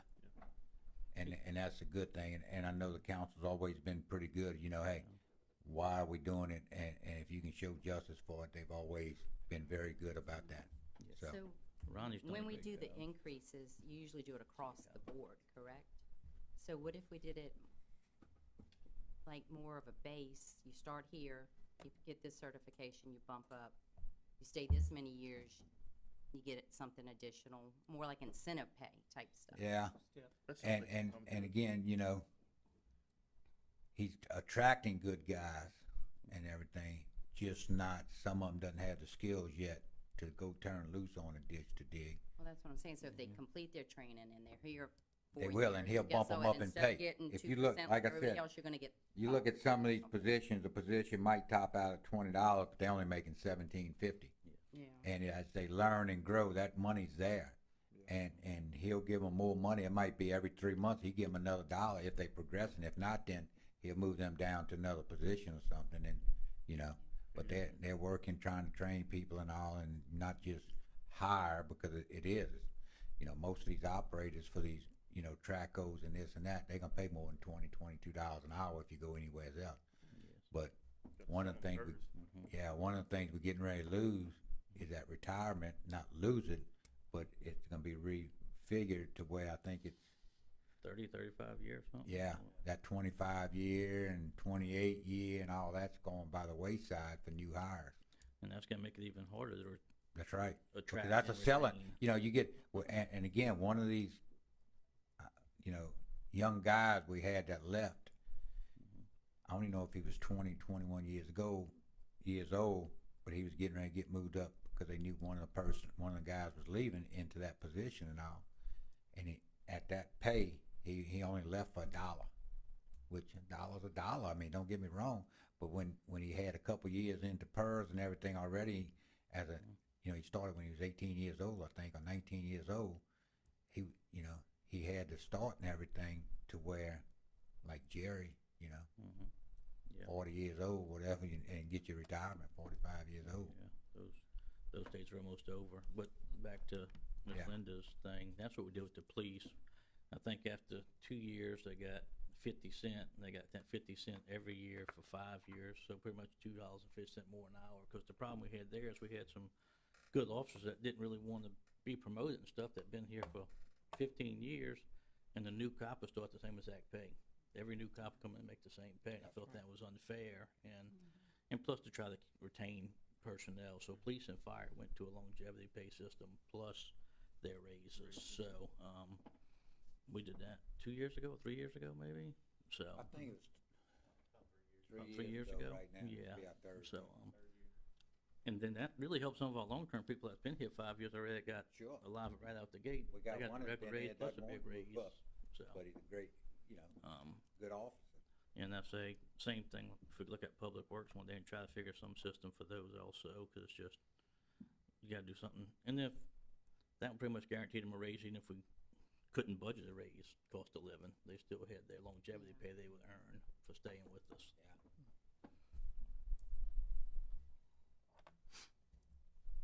Just a couple other items. I think the mayor just made a comment about grass cutting. Just so some of you guys know that we do outsource our grass cutting. Our current budget is $472,000. There is a CPI increase on that, minimum of 2 up to 5. So I just kind of wrote in there 3%. That happens in, I think they look at the December numbers. So in January, that's when you'd see an increase for that. And there is a schedule, if any of y'all want to see that schedule of, or we'd even put it in our GIS with mapping it off, if you ever want to know where they cut grass and how often. Streetlights, I wanted to call out, that's $386,000 a year. So for every streetlight you see out there, the city's getting billed for it, and that's what it adds up to. So when somebody calls and says, hey, can you put a new streetlight out on my street? You can figure that's going to be a recurring invoice coming for indefinitely. So we got to be smart about when we're putting those out, and then you go out and again specific places, but it's expensive. Well, on lights, But I also will tell you the decorative street lights the city owns, and we just pay the utility bill on that. We don't rent. The other ones, if there's a street light out on Felicity Street, chances are, what's it, Mississippi Power over there? Mississippi Power has those lights. So we have to call Mississippi Power and tell them to go fix that street light. And what I do in my ward is pretty much most of the rule of thumb is if it's facing the street, the city's paying for it. I ride my ward at night and make a list. I report it 10 or 15 the other day because we paying for them whether they own it or not. So if Yeah. it's burnt out, call. Or if it's Okay. blinking. Yeah, so I just email a girl and at if Coastal they're not Electric, LEDs, all they'll of them. upgrade them They to go LEDs. fix them. Yeah, so, And if you When- send that to us, we can, I mean, if you got those, Yeah. that way it's easier for y'all. yes, I think I tasked Send us a Ronnie list and, and we can, Yeah, Every- Kim's the one send Kim's the that. one that generally Okay. communicates with Yeah. Coast Electric and Mississippi Power. yeah, So lights Mhm. also, I think it was 7 years ago, we entered into a contract with Mississippi Power to change out our lights on 9603. That was a 7-year contract of about $44,000 a year. It's up either this month or next month. My recommendation is not to renew it. to We'll sit down and talk with them and see what they offer. It shouldn't be that, it won't be nowhere as that. should, But as of now, we took it out of the budget because there's no interest, as far as I'm concerned, to renew this contract. About the but best thing, it was a lease, so is there a buyout on it, or do we know? I don't know, if we got out early, I think there'd have been a I buyout. think at 7 years, it was still their equipment. Oh, I don't know, I'll check and see, but we checking on that, I think it was a lease, cause I think I Lease. asked, what's his name, I can't remember his name, that was from Mississippi Power at the time. yeah, I know you're talking. And it was their equipment, they said, and it was a lease, and actually, happened at the end of the term, he said we'll have to, I'll find out, I got the lease on the desk, brought it. No, I didn't, I'll find out on that. yeah, find out, because, I mean, they really haven't replaced any No, that they were supposed to do anyway, it's just no, been, no, we should've just financed that and changed them out ourselves to LED and been done and saved a bunch of money, that was, Say the Mm. and again, that was at a time when Mississippi Power, then they started, you only here a year or two, and they promote you up and move you this and that, and the ones that was with Mississippi, and they all great people, oh, yeah. but he was willing to do more than what the others, and, things didn't get put in the contract probably, but the only thing I could say right now is they can pick up the phone and call, Weaver, Mhm. and get them to come do the work. And we have other companies as well we can call along with Weaver. So, Oh, Public Works has come a long way, yeah. done good. And we've used,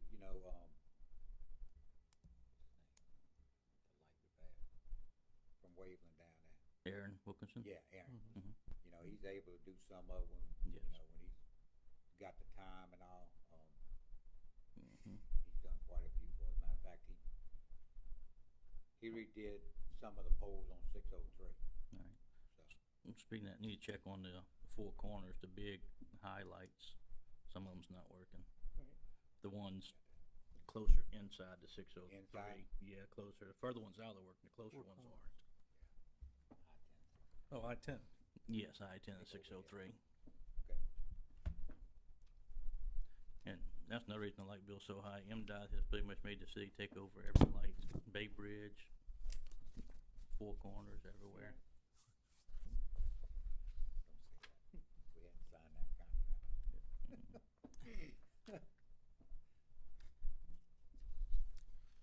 You will see on the Capitol, we did put 200,000 for roof replacement. That is a guesstimate for the roof on this building. This is all the way through the shop and everything. That 200,000 cover the whole entire. We're- That's what's gonna be replaced Okay. because that, all the way needs to be done. We looked at coating it with, there's all kind of coatings out there. There's some with 10-year guarantees and this and that, but we're looking at $100,000 for that. Man. Is so it a flat roof up here? up on this, Yeah. like this building. Mhm. I don't believe. I think it might be one of them pyramid Yeah, I think shaped. I think it's like the pitch. And then that over there's got the pitch and everything to it, So, again, we put this number out there, that was just an estimate that Ronnie figured. But it's one of the things that needs to be done, especially this shop. They were in here where last night for a everything meeting is, and they said yeah, it was raining in here raining somewhere. down through there, wasn't as bad as. We've done some patching on it, I think, over the years, haven't we? We had a leak here. Yeah, we tried had to to be stop it, fixed. and over there is where it's bad. I think this roof in here is the same roof that goes out there. And that's the wall right there that changes into that other roof for the front part. Like an add-on or Yeah. something. Yeah. And this here is the same roof section that goes all the way out back. Employee break room and stuff next door. Has it been updated any or no? Yeah. I mean, Public Works employee, okay. And with this, when we do this, whether we come back in and coat the metal siding over, you know, that whole entire area, or replace it while we're doing that, we're gonna look at that as well. Get rid of, you know, a lot of the rusted and this and that now. But Josh, I would agree with you on Public Works, and again, I think it goes to your leadership Oh, with yeah. Ronnie. Does. He takes great ownership, and he's very proud of his work, and he wants it right. Yeah. He's honest. I mean, Mhm. he'll be honest to residents when he's out there talking to them. Can he do it or not do it? And, you know, Mhm. sometimes probably brutally honest. Mhm. And he holds his guys accountable. Yeah. But he wants things fixed and not a recurring, you know, or a Band-Aid, you know, type of thing. And it seems like daily there's something that he gets a call on that's broken. He's got a rough job, trust It- me, cause just the it's calls I a received. daily deal. Well, yeah. I did send you him a know, we text had- last night to let him know there was water in the ditches, though. He's in Yeah. Gatlinburg this week. Okay. Yeah. When we started, there was two people in that position, one utilities, one public works and all. And throughout time, when he came aboard, he took it all in. And honestly, I wish one day we could find somebody to take over utilities and still let him keep his pay and just do public works. I mean, he's worth it, and I think it would just be a little bit less on his plate to focus on one department, you know? I mean, 'cause We that's thought we had a one. lot. Yeah, no, it didn't work, but Ronnie's done a great job, Yeah. so, He does well. got good guys, so. Under Parks and Recreation, I know we're coming on 2 hours. We got 3 employees in Parks and Rec. Just a couple of comments. You'll notice park materials and supplies, just that general maintenance stuff has been increasing. We put 35,000 this year. Brent's done a good job again taking ownership and going out there to the various parks and doing mulch and other improvements as need be. In addition, we've put 22,000 just under capital to again be able to make other improvements to our parks and recreation facilities that are out there. We probably would also come back on the lease purchase about looking to, he's asked for a couple of pieces of equipment to make their life easier. I think some of the stuff they're doing, they're pulling with a rod and lawnmower. That probably should be done maybe with a four-wheeler or a side-by-side or something. So that, we'll navigate that and have probably under lease purchase fund, again, to have that be able to be paid for. On their salary page, again, you see basically a standard cost of living increase. There's nothing really to talk about on that.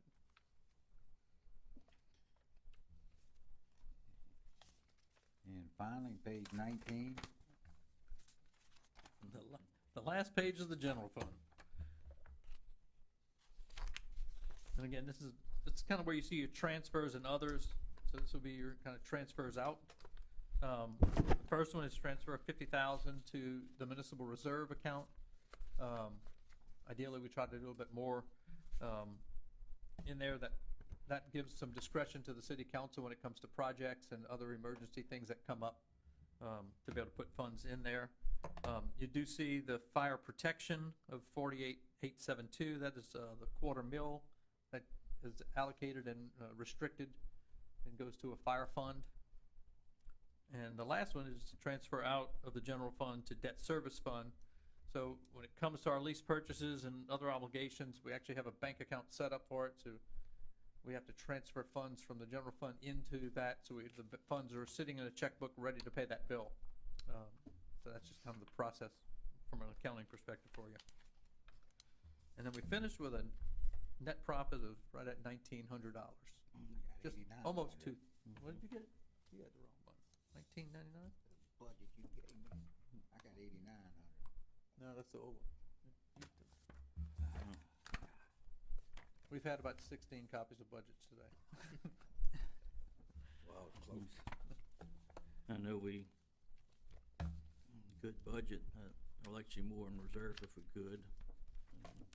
Then Obviously.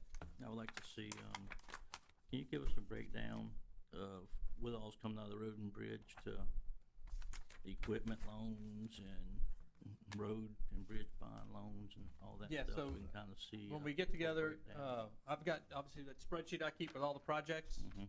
and then from that spreadsheet with the projects, I go to each fund and Yeah. say, what, you know, what's the beginning balance, what's the new revenues, what's the interest, Mhm. and then put all the expenses, so what's being paid, so whether it's buying some type of, supply or, funding a project.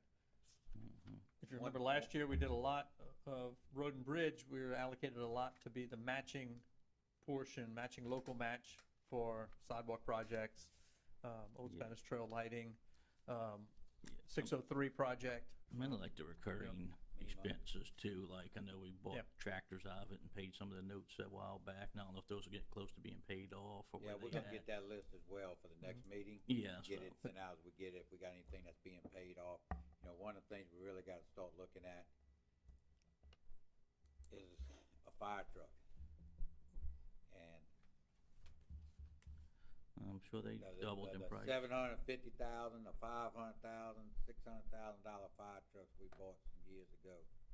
In that 1.2, 1.5 million, 2 years out. So it's something, you know, gotta get with them and start looking at. And the thing is that price isn't locked in. They might tell you 1.2 today, in 2 years when you get it, it might be 1.5. And my understanding, they don't care if you get it or not. Somebody's gonna get it. Exactly. So it's something that's one thing we have to look very hard at. I think a good thing that's in here is, you know, we looked at it 8 years ago, tried to keep a rotation of new vehicles for the police and all, keeping those going in and out. COVID killed us on that. We got way behind on COVID, and probably still today, we've never caught up because of things not being available. I mean, you know, so that really hurt us. If we can get back on that, that's a huge plus, you know, to keep the expenses down for repairs and plus keep our guys on the road and something Yeah, I mean, safe. just when it comes to buying a car, You the know. city can't just run down the street and buy a car. Yeah. Even if we have the cash in the bank, you know, if it's over, if you're trying to basically buy 2 cars, you basically have to go to a bid. All You know, state so contract. it's, or use a state contract. And generally, there's not anything on the state contract So that you can get that's available. So, I one of mean, the other things, I most don't of the think times, we'd put a PO out, and it'd be 8 months to a year, and we're still waiting on that vehicle. Fastenal's You know? been good for us for So- public works They and everywhere have. else. The Fastenal used trucks have been very, very good. very good, I mean, that's been a good deal. And when we're they're looking at available. them as well, for some, Yeah. you know, for public works and other ones need them. You know, one of the things one touched on, Mike is planning on trying to put together a maintenance, road maintenance, you know, yearly, to where we spend X amount of dollars on our roads for repairs and everything. Some of it coming from road and bridge, some coming from the, modernization use tax. modernization tax and all that. So I think that's gonna help us a lot if we can get some things going. You know, we can't just ignore the streets that's paved, there's some that, you know, need to be repaved, but we also gotta continue to improve our roads out where there's no roads at all available now. And I think it's gonna be a good start. What's $500,000 get us? Not a whole lot, but at least it's a start. You know, one of the other things, we're still searching for dredging, you know, that type of thing in the canals, whether it can be used, you know, at a site or not. There's opportunities available, we just gotta get lucky enough to get some of those grants as well. But we'll continue to go after those, and if we can set up a fund, again, I have no idea what it would cost to dredge one canal. I know Jason put some numbers together throughout the years, but like say, fiber or good or one of those streets, I don't know what that is to say we're gonna dredge one canal a year. Mhm. It might be 100,000, it might be 500, I really have no idea, you know. Yeah. So we're gonna put numbers together for that, we'll put grants, you know, to go out to try to find funding for things like that. But we're, you know, in-house, the roads and that type of thing, we're still working on a couple FEMA projects. The roads have been okay, that's gonna be a great project for us. But 2 of the other FEMA projects also, we're waiting, well, one's FEMA and one's the other one's, Settlement. yeah, is You got the dredging drainage. too. One is our main drains, to come in and redo our main drains, sturdy the banks up, you know, with that type of material. The other one is culvert replacement. So hopefully we can stay on board with that. We keep pushing that to try to get answers on that, where we at, the portal for that and all. But that's two projects. I think they both 2 million, 2 million, two but- plus but 2 million million apiece. on that. So again, that would be one of them's a 5% cost to us, the one with FEMA. I think the other one's a little bit more. I don't remember what the match on that was, but it's two good projects that could be used throughout the city wherever. Could we look at putting some money in here for dredging Yeah, and maybe see if the county will help us some? I mean, No, I've actually spoke with them and they said they're willing to possibly and match if we- us. that's 'Cause even if we're we gonna pick- try to, Do. we're gonna try to get a price, just an idea of what it would cost. yeah, even if it's not full-blown dredging, but if we go to the ends of fiber are good and just look where they really shallow and get a long arm tracker to come in there and dig it out for 40, So- 50,000 to help the people out, and then So actually, some of the flow may help after, the ones, it's Fiber, Harrison, and Good, Wolf in that area. Yeah. I don't think they need a full, deep dredging. I guess the Pretty bad term might be a sometimes when it's, skimming, more of Mold just and all over there, some of a. those. Now that, on the Paradise side, Paradise there, is bad. They you got can some walk bad across ones there on over low there. tide, so they need some, What's the second road in there you got? you got, well, that's all Mold. Watts Bayou, so there's Bonnie, there's Mold. There's an area in there where you can, Yeah, there's, McCain area and all you can that. walk across Yeah. on low Yeah. tide. I got pictures Much of less them one all of the them low time. winter tide. Yeah. Yeah, and that's something big. That's our worst two areas, Mhm. is those two areas as far as waterfront goes. You know, your Ediths and all that out there off Jordan River, that's all pretty good. Most of the stuff off of, Lagan and Central back there, those canals are all pretty good. These two areas are probably the worst two that's inside the city limits. Oh, yeah. And, And the one going to Bay Marina. yeah, That and we're one- trying to get that's one funding. spot. We're trying to get funding through solid waste as well. We put in for grants for that as well, because that's where the fluid line comes out, Mhm. which of course, Mhm. keeps it stirred and moved as Disturbs the well. bottom, yeah. Yeah, and so we're hoping we can get some help from that and maybe get that funded. Okay. But that's a natural bayou that's coming in there. Would that also be the same funding that, I know it's a distance on Joe's Bayou Road from Blue Meadow heading towards the casino, and there's those few houses that are wanting city water hookup there? Yeah, so we had a pretty good scare last week, end of the week and all with our water. Got a letter saying, don't put any new meters in, that we're 114% of our capacity. And we were up there, not anything like that. You know, reports been showing 92, 93% capacity. Of course, if we ever got in a bind, we can open up the valve, get water from the county tomorrow. We're drilling a new well as well. Never could figure out how we use 1 million gallons a day, a couple 100,000 in loss maybe, but we can produce 3.6 million gallons a day. So how can we be 114% of capacity? So anyway, we started looking into it, this and that, and called them up and got with them and had some conferences and this and that, and received another letter telling me do not issue any more meters and all. And Ronnie was able to go back and get new numbers, work with Linda, got new numbers, and something 3 years ago got turned in, I don't know if it was when Delta was here or whatever, about unmetered households. And the number was like 400, right at 400. And they times that times 1.5, which was almost 600 unmetered equivalent to 600 unmetered households. So we put numbers together, and that number's less than 60. And where the 390 something come from, I don't know. So we was able to send them new numbers and get back, and we think we're gonna be back in that upper 80 range, maybe low 90, so we can continue to issue meters and all. But Linda, to answer your question is yes. I don't think that's that big of a deal. I think we have water back. I know we got it to the bridge. We're looking at replacing that line. I would probably say in the last 3 or 4 years that main line is busted probably half dozen times, four to six times, and it just needs to be replaced. So when we change out, Ronnie's working on something to change that out, and we can extend it and go on down On to down. as well.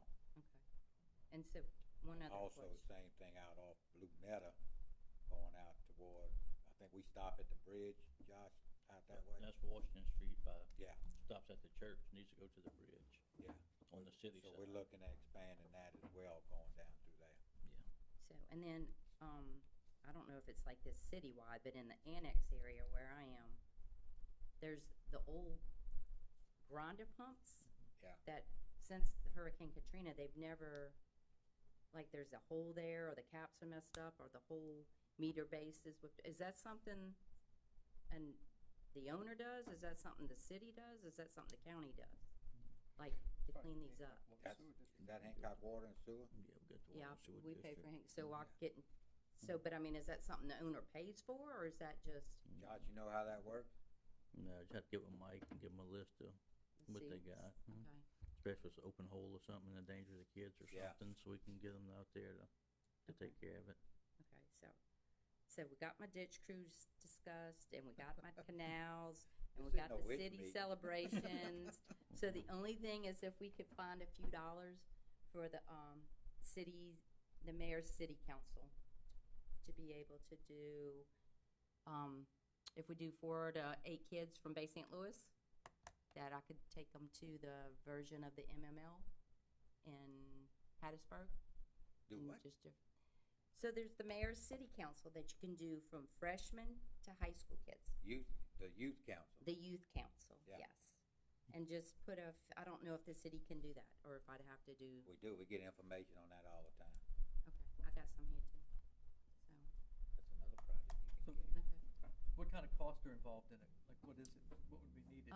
If we keep it the smaller number, and if they're not part of the leadership through the Hancock Resource Center, say if we did 8 kids, we're looking at most probably 4 hotel rooms, maybe 5 at the max. If we took a van or whatever, legality wise, I don't know how that would work. We'd have to check into it insurance wise.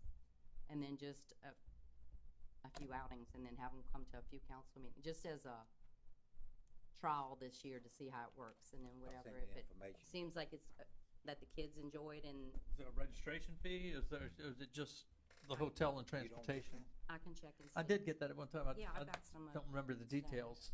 but, I can check and see and give But, you I some. mean, you're talking about $1,000, I'll talking email about you some, $10,000. no, I'm thinking max, like 1,500 at the max we would need, especially this year. Mhm. Alvin said yes. He said yes, we can have. Go up and. Oh, up, okay, 15,000. Mhm. No, I'm thinking the first year, a few kids, you know, lunch, stay over that night, have a few little meetings with them, and then next year maybe we can work it in with the youth leadership group and kind of piggyback with that and let them be part I of would also, just while you're at MML next week, it. Mm-hmm, I would pick some brains.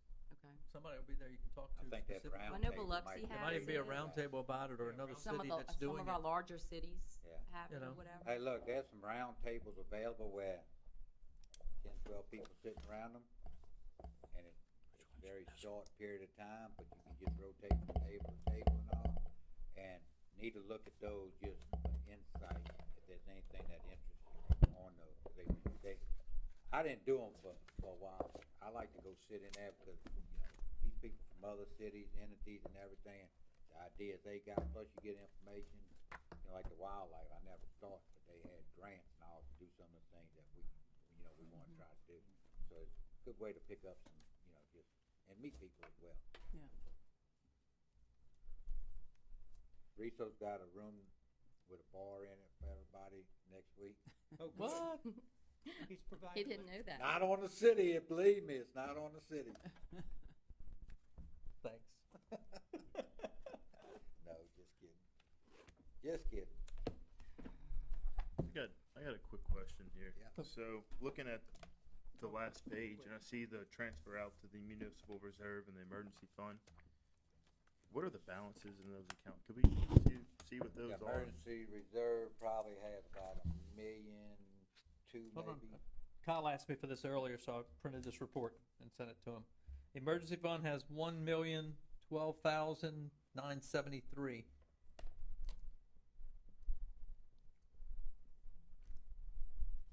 emergency? That's the emergency fund. Municipal reserve, Now, when you say emergency fund, that is like, so That's for, it's Should- set up to be a true emergency, a hurricane where you Hurricane. gotta get in there I and, gotcha.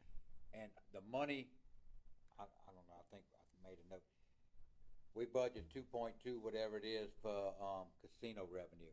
Anything above that, if we get 2.5 million, $300,000 would go into the emergency reserve fund. What- And, What number do we wanna get that reserve to? uh, Is there, So- like, is there a goal in mind for it, or I mean, when Zeta hit, 3, 4, Here. 3, 4? I mean, when Zeta hit, that, the city used that, basically that fund, those balances, Josh, you were here, I mean, no, we you know. we didn't have that then. We had it's a just been, reserve, We- though. No, we What do you used, use? no, we had it just built in our account, Just general fund? yeah. But- And we was able to use It that, wasn't declared as emergency, but Emergency fund. but yeah, but the same thing, when that happens, though, you gotta front that money. And I know the 3 cities and counties right here, it took over 2 years to get that money back from Yeah, FEMA. we fronted two, and it really hurt But you us. still We have to have your fronted general 2 point- operations going on, so we you fronted need an emergency reserve. 2.7, and in the time, we tried to declare an emergency, loan. Had to be unanimous at Yes. a $3 million loan for 08. 0.08%. Right. And we was making more on our money in the bank than that 0.08. And 2 people voted it down, we couldn't declare an emergency. So what it did, it tied up, we had the fund, again, we funded it. We tied up $2.7 million, which was 2 million of it was set aside for the police department. So now we waited 2 years to get our money back. We didn't have the funds for the police department. And cost over this time went through the roof, and it ended up costing us, I'm not scared to say, $1 million more, Right. maybe 1.5 more than what we could've built the same police department for if we'd have started 2 years earlier probably, That's right. you know. But again, it was just, till this day, if you go sit probably in a PDD class and tell them you from Bay St. Louis, they probably gonna bring up, yeah, y'all are the ones that turned down a .08. Yeah, the only one. You know, and It was a 5-2 vote, though. It was yeah, not. It was- that was crazy. It was crazy. Well, the reason I asked is because we didn't set anything aside. I don't know anything over in the casino revenue, so we'll go there, but didn't know if we wanted to put something as a line item to keep contributing to that. I know there's only the 2,000 mark there, so, I mean, until we know what those revenues are, we won't know if we can contribute. And but- what we do as well, like, payroll, we'll go in and make an adjustment doing payroll, and we'll put that in one of those 2 funds as well, you know, like, So the municipal reserve fund, what was the balance on that? 507098 as I of think today. there's some owed to that, isn't it? And there may be grant money owed to that, so. And that's what's used to match a lot of projects and stuff like that, Yeah. correct? So, I mean, in the last couple of meetings, we've spent money at the fire station or other unexpected things that the council has that discretion to Okay. transfer it out, put it in capital projects. It's probably used more as a separate account for projects, a match possibly, or a day-to-day emergency. You know, same thing if you look at our utility, well, we don't have our utility, but same thing, we've got a capital maintenance fund in that, and we try to keep adding money to it, and that's for the utility emergency. and what's the ideal level for that? I'd see the last 2 years we contributed 200,000 to it, so I just, We have 869,000 in the utility capital maintenance fund. So our cash balance on all of our accounts is right at 15 million. Now you gotta remember some of that is restricted funds, ARPA from other projects that you can't spend certain things on other things. And the good thing But- is that top account you're looking at, Jordan, with the 507 is the 1.2 from the casinos that we've been saving is still not really restricted, you know, I mean, so if we had to have it, we could, Yeah. but we try to save it just for an emergency, but we had probably $1 million in there, I think, when Zeta hit, that was some of the money came from there, I think, when we, No, we only had a reserve, Yeah, so say, the Yeah, regular yeah, reserve had you're about a right. million at the time. right. When Zeta That's hit with right. some of the money we had cash on hand to pay for the cleanup Yeah, at the time. that just- but we paid for it out of our Yeah. fund. Yeah, our just, general fund. ones we had on hand. We was very fortunate. And the other thing, Jordan would probably know better than us, being in his line, is every time we get an audit, they tell us keep 90 days in our operating account. But every time we get there, council members want to pull it and put it in reserve, like Right. the administration was gonna spend it without permission. And really, you get a ding, you know, on your audit, cause And 90 listen, days that's one operating thing. capital should be in your general That's fund one, account. that's one thing. We could have $20 million in our general fund, but we can only spend what's budgeted. Mhm. That 20 million can sit there, we can't spend it. It's no different than being in a reserve, you know, or anything. So just because some of these accounts may show more or anything, that don't mean we can spend it. You know, and that's what you never, you just couldn't get it across. And we've had auditor after auditor sit there, well, you should keep 90 days, you know, or this, that, and even more if possible. Yeah, mhm. Which is a 90 good days thing. was minimum what they wanna see. Yeah. Mhm.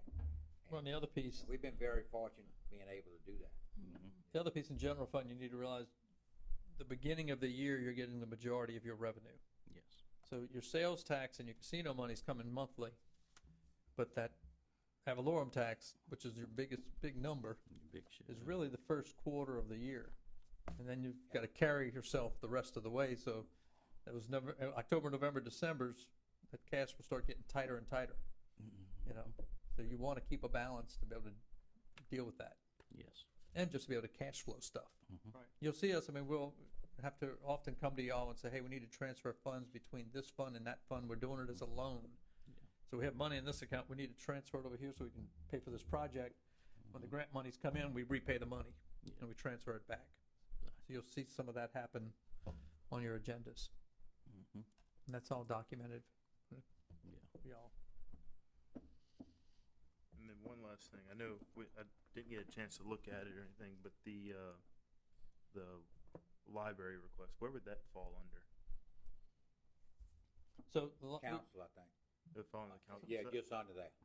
So I don't. now, it goes, there's Well, no. actually a fund for library. Library. So It's a- when it's a when money mill, goes in, it goes into dedicated them, and mill. it goes out to them. A portion of a mill. It's about 0.8 of a mil, maybe, One of them. 100 and something thousand, 160, Yeah, 170,000. we changed that. I don't know the That's exact, automatic, goes to them.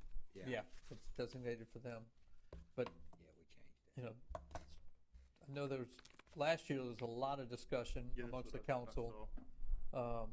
Because right now there's like really 4 funding sources, the 3 cities and the county that help fund the library system. So the library director has to go and beg basically at 3 different places in order for him to try to create his budget and do raises and do everything else. So the idea last year was discussed about putting together a committee with a couple of people from each city and the county with the library and trying to say, is there a way to move it all to maybe the county?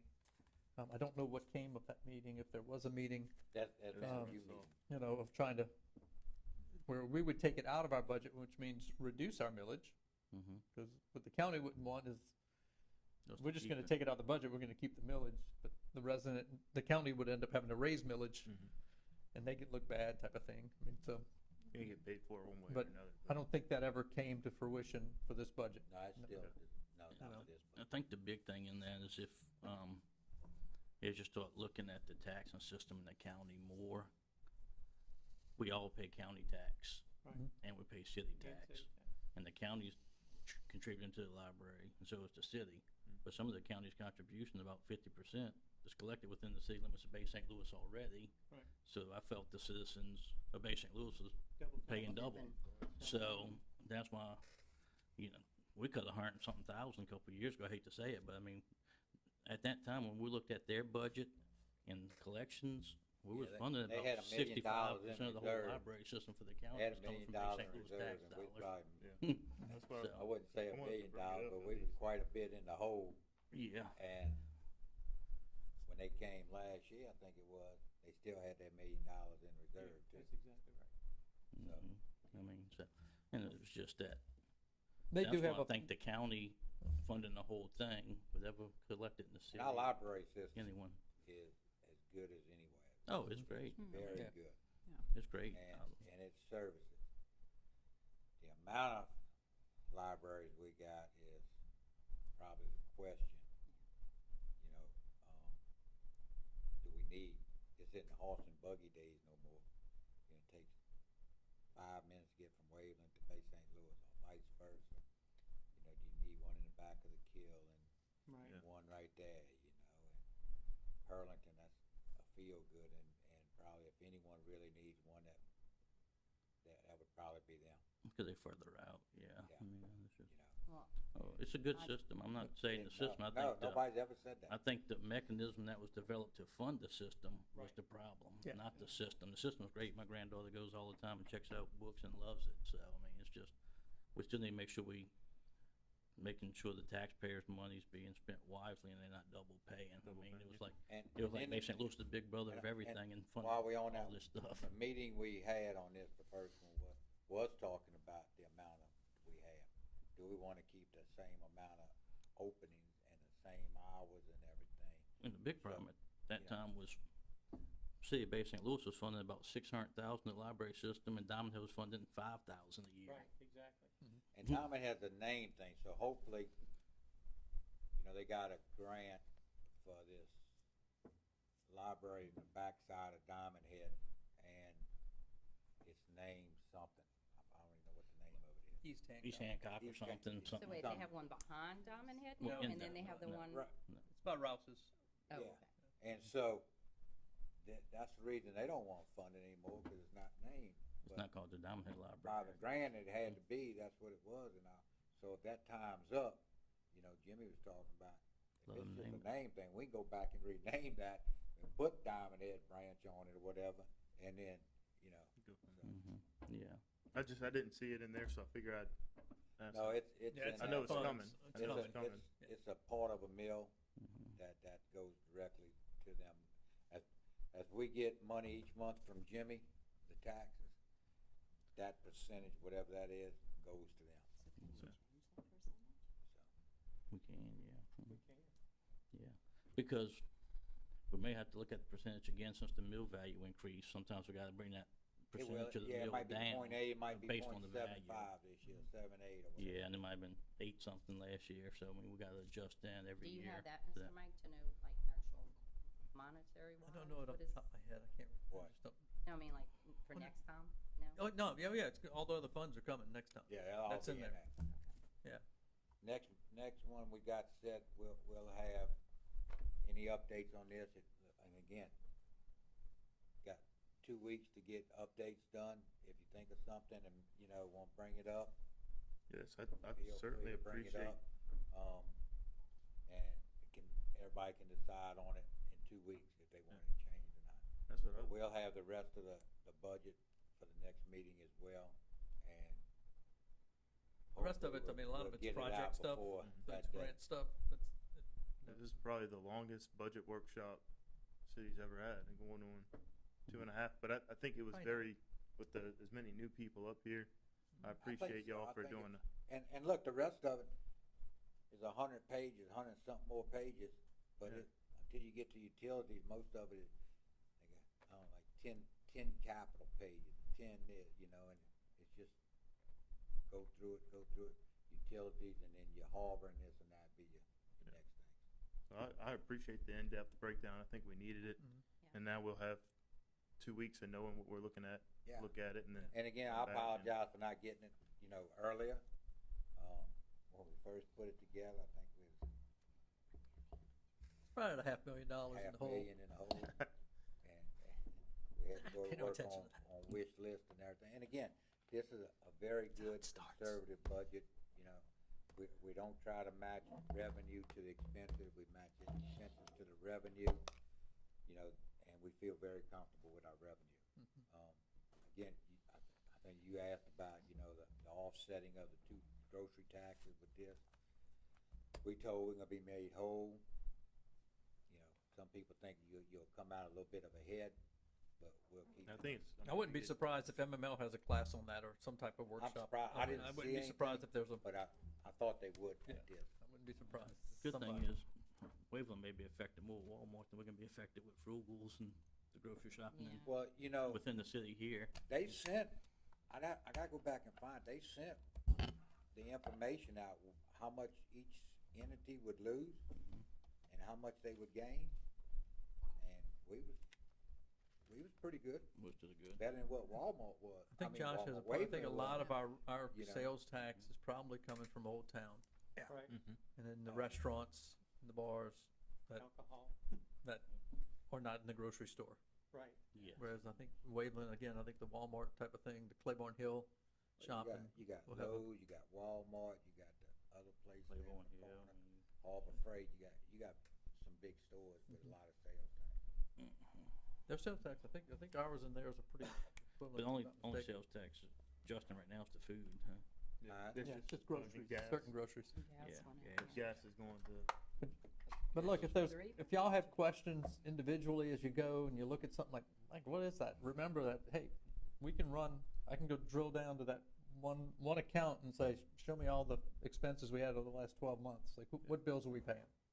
If that's something you wanna see, you know, like, what does that account do, okay? I see Nancy shaking her head like, I'm probably gonna do that. And your phone. We'll- You know, And look, look, it takes time. Next week, we'll be over there, we'll be working on the budget over there as well. Encode doesn't Uh, work in Biloxi. No. I'm kidding. But we'll be putting that together next week as well, so, Nancy feels way over there. She's way far away from Well, us. if anybody else. But doesn't yes, know. I mean, ideally, guys, we have another budget workshop scheduled in 2 weeks. So we have our council meeting Thursday. Right. So the council's not meeting Tuesday, it pushed it to Thursday at the last meeting. And then a week later, that Thursday, we would have our second budget workshop. Right. Where we'll, basically carry all those other funds and then look back to the general fund, see, hey, okay, what kind of tweaks did we want? And there's a couple of questions we got to get for y'all. Probably try and send those out ahead of time. Mhm. And if y'all see something or whatever, you're gonna end up having to direct us. If we needed, there would be, I think it's August 3rd, I think it's the 3rd. I think on Monday, a budget workshop, and then the council meeting on the next day. So if we have to have a third one or not, we can do it. And it may be that we could do it at, depending on where we are at the next meeting, it may be something we can just do at the council meeting. You know, that, hey, well, let's take 15, 20 minutes and let's knock this out. Right. Okay? Basically, by that, you have to approve a budget by September 15th by law. So we start with that day and we work our way back on having to advertise a public hearing and when y'all vote and, you know, and having things work back. And that beginning of August is when we start getting into, all right, now, again, we can do special meetings and other stuff if we have to, but I think it's the second meeting in August that, I think it's that, the public hearing part. I gotta look at, it's on the calendar. Well, any other questions or discussion? No. I'll entertain a motion to adjourn the budget workshop of July 17th, 2025. Motion DeSalvo, Second. Smith, Smith, Second Smith, you second. didn't read your notes. You gotta did follow your new rules. all in favor? Aye. Aye. Aye. All right, motion carries.